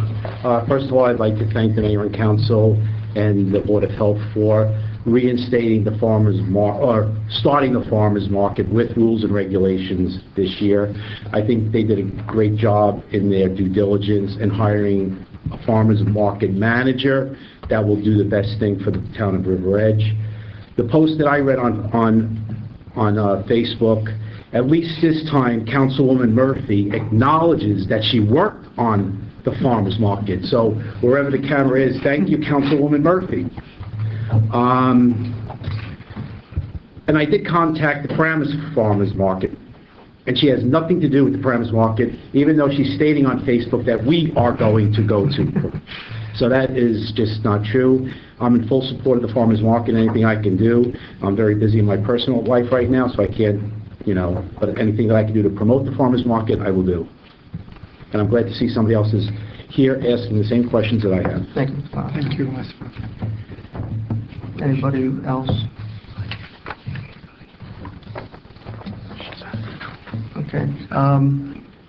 With council's permission, I'm just going to address this now rather than wait till after everybody else makes their comments. And I'm going to start with, last week in the town news, there was an article entitled, "New Rules in Effect for the Farmers Market." And the second paragraph stated, quote, "Confusion arose last fall over whether or not the farmers market was a borough-run event, thereby falling under the rules set by the mayor and council, or an independent event held on borough property. Whether or not fees were collected, how they were collected, and of what nature they were, and whether or not the collection of any fees were authorized." Well, this is the second time that last year's goings-on have been explained in this manner, and recent comments on social media indicate that some residents are still being given misinformation or claim they're not sure about what happened last year. So let's alleviate the confusion tonight. Let's refresh the public record and state the facts as we know them tonight. As to the issue whether or not the farmers market was a borough-run event, thereby falling under the rules of the mayor and council, or event held on borough property. One, the 2014 resolution was entitled "Approval to Establish a Mayor's Wellness Farmers Market." The resolution states that the borough has established a Mayor's Wellness Program and Green Team. The resolution states, "The mayor and council approve the establishment and operation of the Mayor's Wellness Farmers Market, conditioned upon the following," and that's the location, the time, the date, and the vendors must enter into a use and indemnity agreement. There's notes from Joanna Adamiak, our Borough Health Inspector, dated 6/12/2014, which denotes, quote, "Person in charge," quote, "Council President Kathleen Murphy." Farmers Market Facebook post from July 25th, 2014, quote, "I have to bring it up at the council meeting on Monday. If it gets okay, they will be there every Tuesday." The I is obviously Councilwoman Murphy, who obviously had administered credentials for the page. On August 9th, 2014, she credits herself and Ms. Manassi as creators of the market. 2015, the resolution was entitled "Amend Mayor's Wellness Farmers Market." 2015 resolution states the borough has established the Mayor's Wellness Program and Green Team. The resolution states that the mayor and council approve the establishment and operation of the Mayor's Wellness Farmers Market. Again, same conditions. The Farmers Market Facebook post of August 4th, 2015, they thank the former mayor for the town proclamation recognizing Kathleen Murphy and myself, I assume that's Ms. Benassi, for creating and running the River Edge Farmers Market. The rules, the written rules prepared by someone we don't know who, but there's a packet, a document that states, "The person responsible for administration of the River Edge Farmers Market is Kathleen Murphy, 705 Kinderkamack Road, River Edge, New Jersey," with her cell phone number, and 705 is the Borough Hall address. The rules state, "The site is subject to the rules and regulations of the Borough River Edge." Then it says, "The rules dictate that checks be made payable to the River Edge Green Team." If that's not enough to tell you it was a borough event, the council voted unanimously earlier this year that the market was, is, and is considered a borough entity. So there is no confusion. It was a borough event and a borough entity. Second point, as to whether or not fees were collected, or whether or not the collection of fees were authorized, again, there was no confusion. The minutes of the September Board of Health meeting detail the meeting that was held the previous July that was attended by 8 people. Arlene Faustini, our public health nurse, Sam Yanovich, the health officer, Joanna Adamiak, the health inspector, Adrian Capasso, the board secretary, Mary Gannon, the Board of Health member, former Mayor Mascaritolo, Ms. Manassi, and Councilwoman Murphy. There was a discussion of a complaint made by a resident that revealed a market vendor was preparing food in his backyard that he was selling at the market. It was confirmed that contrary to what the health department was led to believe, the vendor did not have a commercial space for food preparation. This apparently led to the observation that the health department said if they had a temporary food handler's license, this situation would have been avoided. Now, quoting from the minutes of the meeting, quote, Kathleen and Gigi stated that the vendors cannot afford to pay us a yearly fee. Joanna Adamiak stated that our fee would be maybe $25 for the season, but a vendor told her that he is paying a weekly fee of about $20. Mayor, Kathleen, and Gigi stated the fee is for administrative costs, advertising, or petty cash, end quote. At the October 19 council meeting, the Board of Health minutes were listed under reports and correspondence like you heard tonight. There was no comment from the former mayor or Councilwoman Murphy objecting to the contents of the minutes. At that meeting, I asked a simple question to both of them whether the Board of Health minutes accurately reflected the meeting. The mayor outrightly denied knowledge of money being collected, in direct contrast with the Board of Health minutes. And it was confirmed that evening that at least at that point, no money was deposited into the Green Team Trust account or received by the borough. It was also confirmed by the council and by Ms. Negrian that there had been no authorization to collect fees at the market. On October 29th, the Town News reported that at the October 19, 2015 council meeting that the former mayor said they had no knowledge of the money being collected.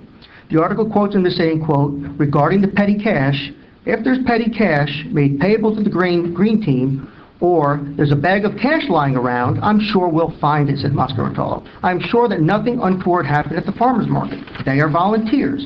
Everybody loves the farmer's market. For anyone to come in and say they did something illegal or that they should be investigated or policed, that someone collected $20, then let them do an investigation, close quote. The same article continues, quote, Councilwoman Kathleen Murphy said that she would check with the Green Team to see if the money had been collected. Quote, I think we can find out the accuracy of that, said Murphy. Quote, I know that some vendors, they come and they go. There have been quite a number of changes, so I can have accurate information for you. End quote. Well, it turned out the mayor was correct about that proverbial bag of cash, because on October 28th, 9 days after this was discussed at the council meeting, a bag of cash did in fact show up. The transmittal note indicated that, quote, they were holding on to the money until the completion of the market, which was the week of 10/19. It said, I was also waiting to receive some direction from the borough as to what to do with the money. To date, I've not received any direction from anyone for the borough, and as a result, I'm bringing the money to your office today, end quote. $1,120 in checks and money orders and $1,400 and $20 in cash was brought to the borough. At the subsequent council meetings for the rest of that year, there was no acknowledgement of the money being received by the former mayor or Councilwoman Murphy. Councilwoman Murphy never mentioned her findings after what was supposed to have been her discussion with the Green Team, but we know that never happened. The Board of Health attendees and 2 borough officials knew definitively on July 20th that money was being collected at that market, and they knew it was not authorized by the council. There was no confusion in that regard. Now, as how the fees were collected and what was their nature, how the fees were collected hasn't really been answered. I think Mrs. Quartz had asked a question, Mr. Fazio had asked a question. But as to their nature, if there was any confusion, I think you may be able to say that was true. And I think most of us were surprised that money actually showed up, and the transmittal letter stated that, quote, vendors were asked for a weekly donation and contributions varied by vendor by week, end quote.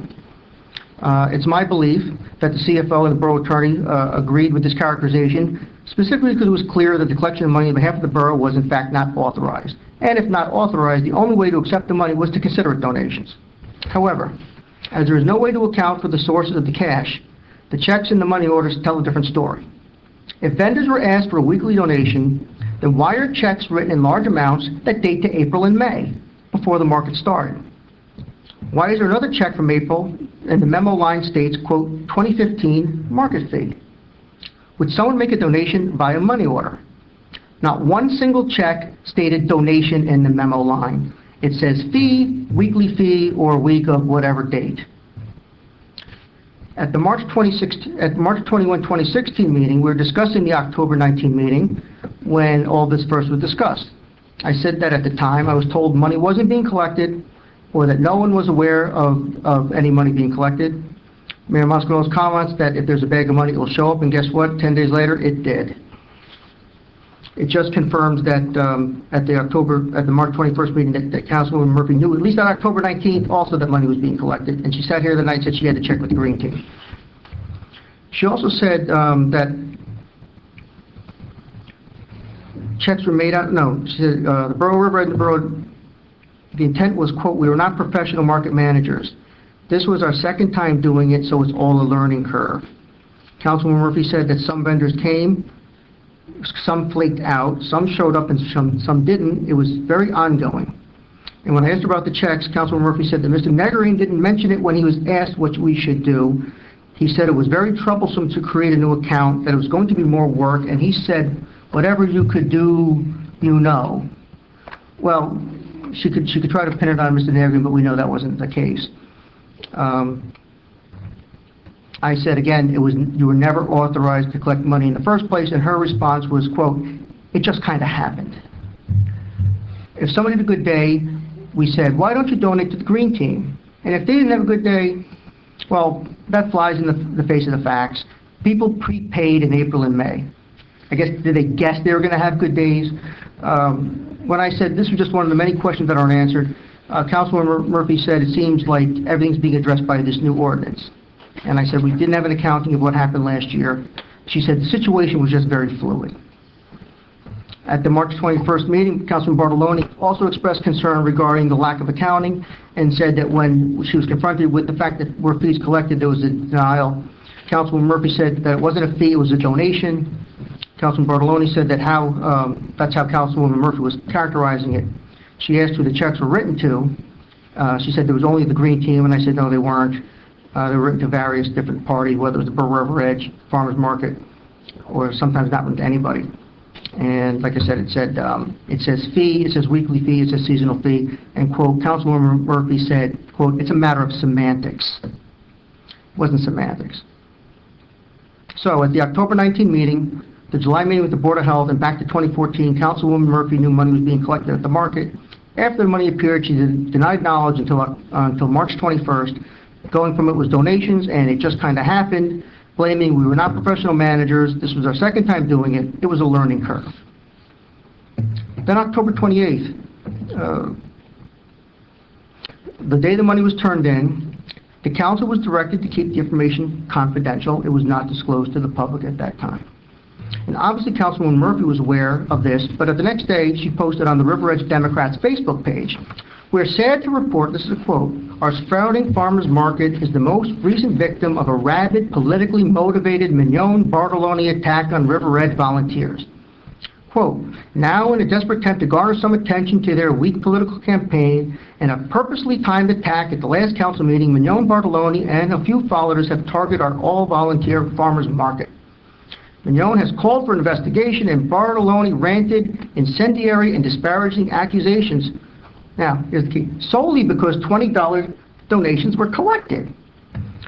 These baseless and despicable accusations are the best they've got.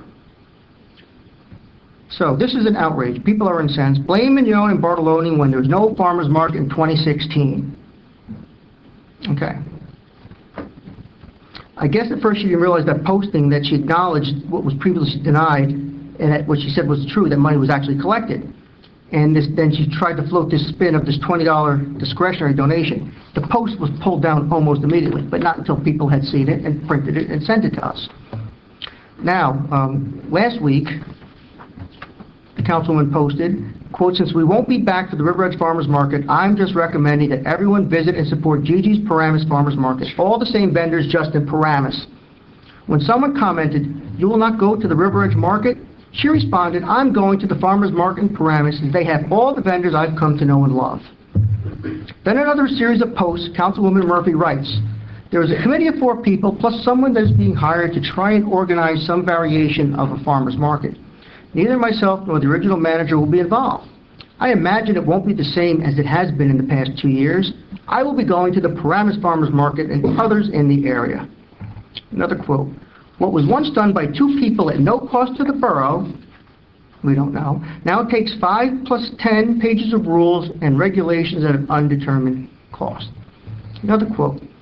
If this new committee thinks that you could just hire someone to operate it successfully, then they don't know Gigi. Her vendors are extremely loyal to her because of the level of professionalism she brings to the job. Many will only go if she is in charge. So, the way I see it, she put forth misleading information that there wouldn't be a market. She encourages others to go to Paramus even if the River Edge market continues. She firmly established herself as an integral to the operation and success of the River Edge market. There's an implication that loyal vendors will not betray her and participate in the River Edge market. Doesn't sound like someone who, when it comes to collecting money, was, quote, on a learning curve, or just kind of happened, or why vendors would have flaked out.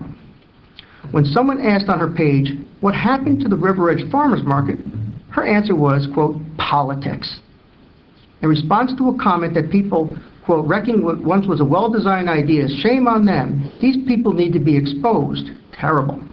Councilwoman Murphy's response was, quote, we're dealing with extremely vindictive and small-minded people and supposed church-going people here. They have no problem sitting in the front of the church and then trying any which way they can to destroy something good.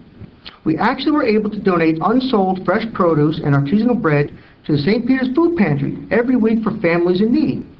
Guess who comes to almost every meeting to complain about the farmer's market? The guy that runs the food pantry. I don't even know him, and he calls for my resignation on a monthly basis. Must have to go to confession quite a bit, end quote. She then turned her attention to the fact that a request was made to post notices on the bus shelters, which is completely other topic.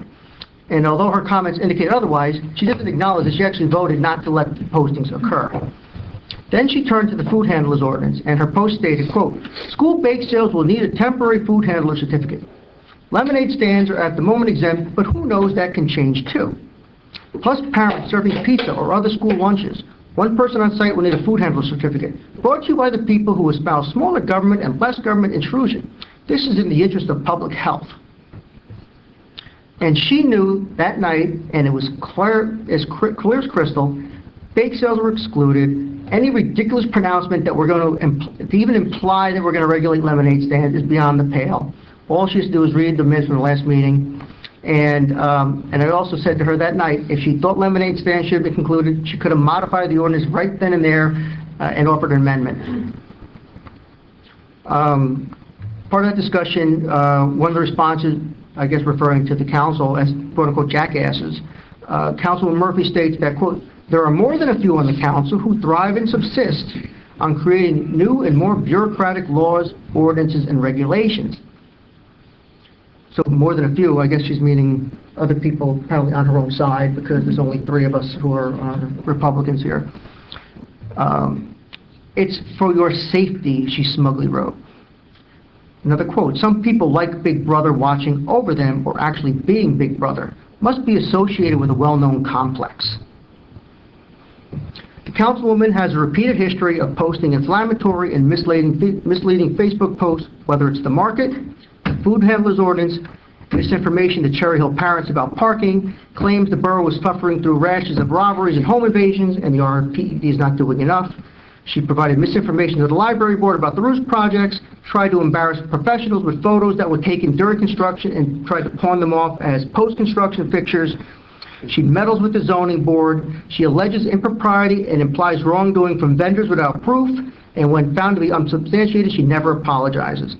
Her intent is never to provide information or to educate. Rather, it's to promote discord, sow resentment, cast blame, and upset people, and have sunk into a new personal low by personally disparaging someone based on their faith or the success that others suffer, quote, from a well-known complex. So this was all a result of politics, Councilwoman. You are the only one who uses every opportunity to politicize any event, person, suggestion, or action of the council. The fact is you're angry because you got caught. You're angry because now you're trying to recast a chain of events to which no amount of spin will favor you. It's ironic this came to light because you called the meeting with the Board of Health because you wanted to dress them down because you accused them of harassing vendors. Why don't you tell your Facebook friends what really happened? Everyone has given Gigi the benefit of the doubt. If you and she were winging it, she would have assumed that the former mayor and councilwoman would be doing things appropriately. If she was a professional who works for other towns, she obviously is aware of the rules and regulations about collecting municipal money. You deserve credit for implementing the market. I've given you that credit. And I said it more than one occasion. But you also need to accept responsibility for the situation you created. I didn't create this. The Board of Health didn't create it. She did. And taken on their own, her Facebook postings are often out of line, inappropriate, can be viewed as uncouth, and can be accepted as just rantings if she was a single resident. But her comments, her behaviors, and her overall attitude they belie are completely unacceptable, unbecoming, and unworthy, not only of a council person, but more so as the municipal chair of the River Edge Democratic Party and the elected officials, candidates, and the thousands of ordinary residents of this town who should be asking themselves whether she reflects their values and their attitudes. I hope this clarifies any confusion that was out there, and I look forward to the council arriving at a consensus to ensure that all of these unanswered questions are addressed. And since she acknowledged that she actively participated in the market, I think as a first step, we should ask her to submit a vendor list from each week from 2014, 2015, who quote-unquote donated, and copies of receipts. There's also other issues that I think the Board of Health will bring up regarding how vendors were asked to participate, which vendors may have applied and were denied. We should be looking into those kind of issues also. So I think this is finally going beyond the pale. It's got to stop. The posting, particularly single out Mr. Fazio, are just completely unacceptable for a sitting council person. And I just can't sit here now and not bring this up anymore. I know people want to be polite and not read the words. I think it's important to hear what was actually written because those are the facts. There was no confusion. And I'm assuming that's why she's not here this evening, because she didn't want to have to admit what was posted that we all saw. Well, I don't see, she blocks me, but people obviously see what she writes and we're all informed. So I'm sorry if that took some time, but I thought it was important to bring everything that we know, take all the pieces from all the various meetings, put them all there. It's all cohesive, and let's go forward and let's move forward with our new market. But let's not forget what happened with the last one, and continue to endeavor to get to the answers which I think the council and the public deserve. So thank you for that.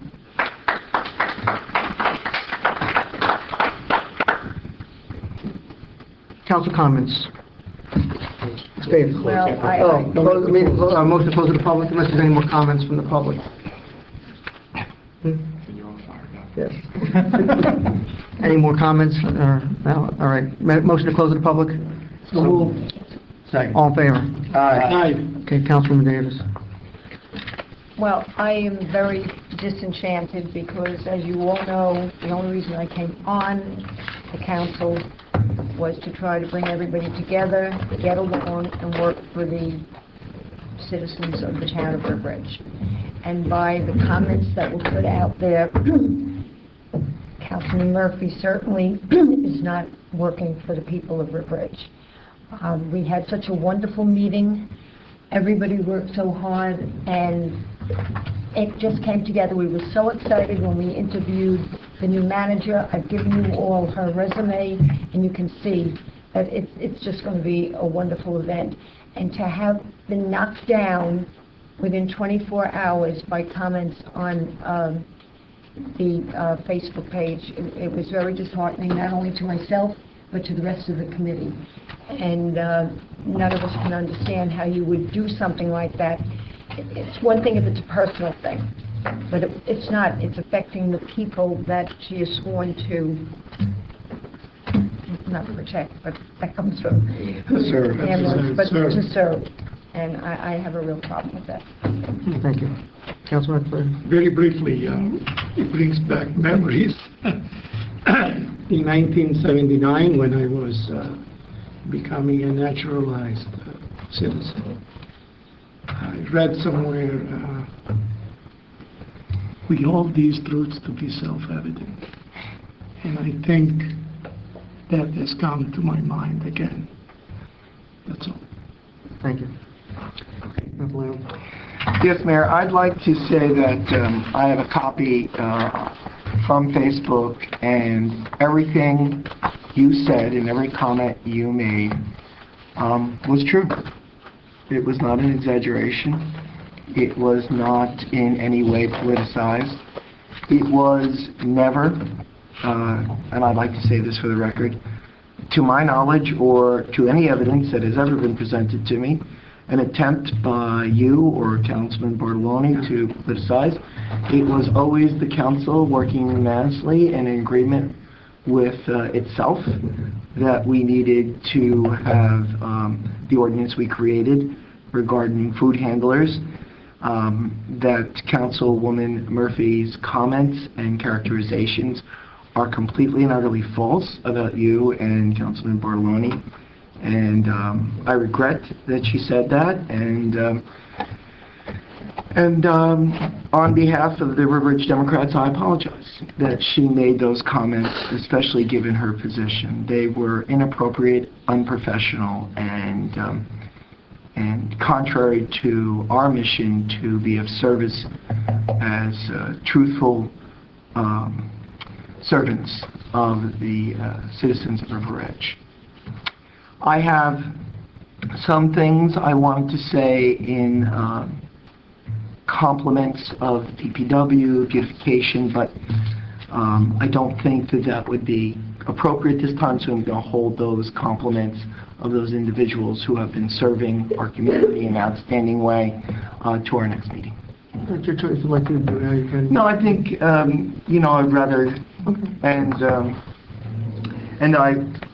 some of the great work that our people are doing, but I'm going to bring it up at the next council meeting. And thank you for your comments. You're welcome. Councilman Bartoloni. One last thing. My sister-in-law, Teresa Esposito, is on the River Edge Farmer Market Committee, and I'm very proud of her participation with Patricia Courts. Patty, I think you're doing a phenomenal job. I think the committee is doing a phenomenal job. And I'm disappointed and embarrassed that this whole incident occurred. And please continue to do the great work that you're doing. Joellen Schlossberg is also on. Yes. Yes, I'm sorry, Joellen. Councilman Bartoloni. Thank you for your comments, Tom. And Mary, you are doing a fine job. 6 out of 7 is not bad. So. Thank you. Meatloaf said 2 out of 3 ain't bad, but 6 out of 7 is not bad. So, it's disappointing to read that on Facebook where a sitting council person would recommend that people not go to a River Edge event and would go to another town. I mean, there really is no excuse for that. I understand she may not feel she's getting her way. She may be upset that she's no longer directly involved in the farmers market. Whatever her reasons are, as a sitting council person, you still have an obligation to this borough and to our events, and it's just disrespectful to say, go someplace else. That's just, she should know better than that. And, that's all I can say about that. But, the best way we can go forward is to have a successful farmers market. I know it's going to be great. I'm looking forward to it. I'm very excited that the hours are till 7, because that means I can go after work now and be there. And so that's the best way we can move forward, is to make sure that our farmers market is 100% a success, and let the people who want to have their negative comments and go to Paramus, go ahead. We're going to have the best farmers market right here in River Edge that has ever existed. So that's all I have to say. Thank you. Councilman Steve. Thank you. I'm almost speechless and don't know what to say. I said it at the reorganization meeting that the role of councilperson is to represent the 11,000 plus people that reside here in River Edge, from young to old, in between, and I mean that 100%, and I think that my colleagues up here know that that's true, and that honesty and integrity are two of the most important qualities that an elected person can have. We are here to serve all of you, and it's highly disrespectful to have a member of this body openly be critical of those that are working so hard to make River Edge better. So I'm not going to apologize for her, but I am going to say that it's disappointing, and again, on behalf of the River Edge Democrats, that's not the type of message I think that our party wants to present to the people of River Edge. I want to also thank Patty, Mary, Joellen, and Teresa for their very, very quick work to bring about what is going to be a great farmers market, and I'm looking forward to June 7th. And again, to Patty Ports, the Board of Health, we've really had, this has been a year-long endeavor for the Board of Health to elevate this conversation and make public health an important conversation in the borough. So I think we really owe them a debt of gratitude and persevering to see that this comes to fruition. So thank you. Having said that, I will make a comment, if I could, on another matter. The Riverdale PTO is going to be hosting a program tomorrow night with the Bergen County Prosecutor's Office called The Path to Addiction. This is a very, very riveting program that's highly sought after. And it's one of the ongoing efforts of the Stigma Free Initiative to work with the schools to bring these types of programming to the members of our community. So if there are parents that are listening to this that are not aware of that, tomorrow evening at 7 p.m. at the Riverdale High School Library, the Bergen County Prosecutor's Office will present A Path to Addiction. And that's it. Just one other thing, because I forgot, the river cleanup. Oh, yes. Went really well. I was there.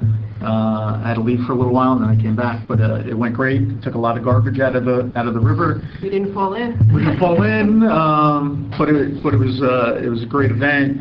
Councilwoman Steve was there. The mayor was there, and it went really well.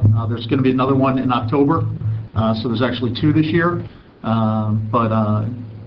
all the to the Environmental Commission, everybody came out. It really was a great event. And, and we're working with the Environmental Commission to have like eco tours, which hopefully, because we have boats, to take people up and down the Hackensack. And I think Laura Hookstrait, who's on the Environmental Commission, has agreed to give a bit of like flora and fauna, local bushes and whatnot. That are on the banks of the Hackensack. So that's going to be something, hopefully, it's just hard to coincide with the tides sometimes, but I think something that we're going to have over the summer. So I guess I'll just wrap up. I thank the council for the comments and recognizing that there's no need, there was no need to let this situation with this market fester. But like I said, there's still questions that need to be answered, and I still think we need to pursue that. And so I do appreciate the council's recognition that we should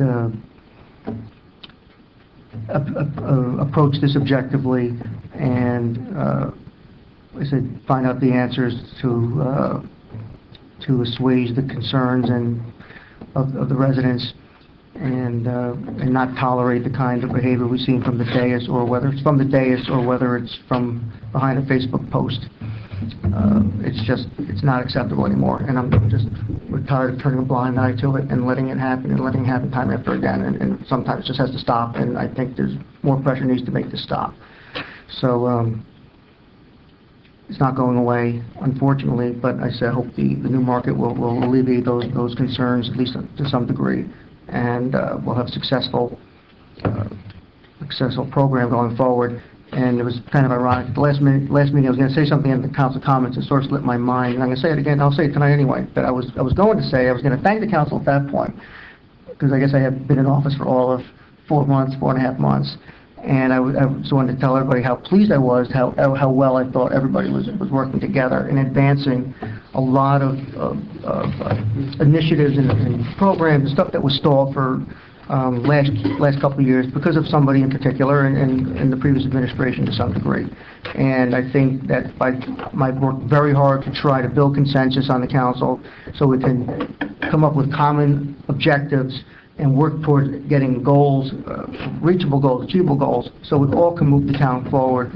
And my colleagues on both sides of the dais here have been very collegial and very professional and very helpful in working together. And I think that's a spirit I hope we can continue, despite the one person who just wants to always be the fly in the ointment. And it just makes things more difficult than it needs to be. So I appreciate, what we've been able to accomplish. I look forward to what we're going to accomplish this year. Not only what we did in terms of the budget, what we did with the market, what we're doing with redevelopment and all the other, the pedestrian safety, all the other issues that we're working towards. Because my objective here is to get things accomplished and get it accomplished through consensus, so we all have buy-in and we all can be proud of the work we're doing from here. Because none of us are up here to waste our time and to engage in petty arguments and delay or cause reasons for things not to work.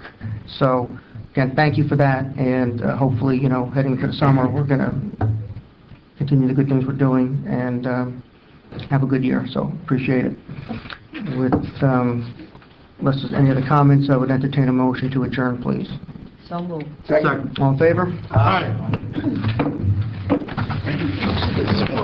Can I have a copy of what you read? Everything else.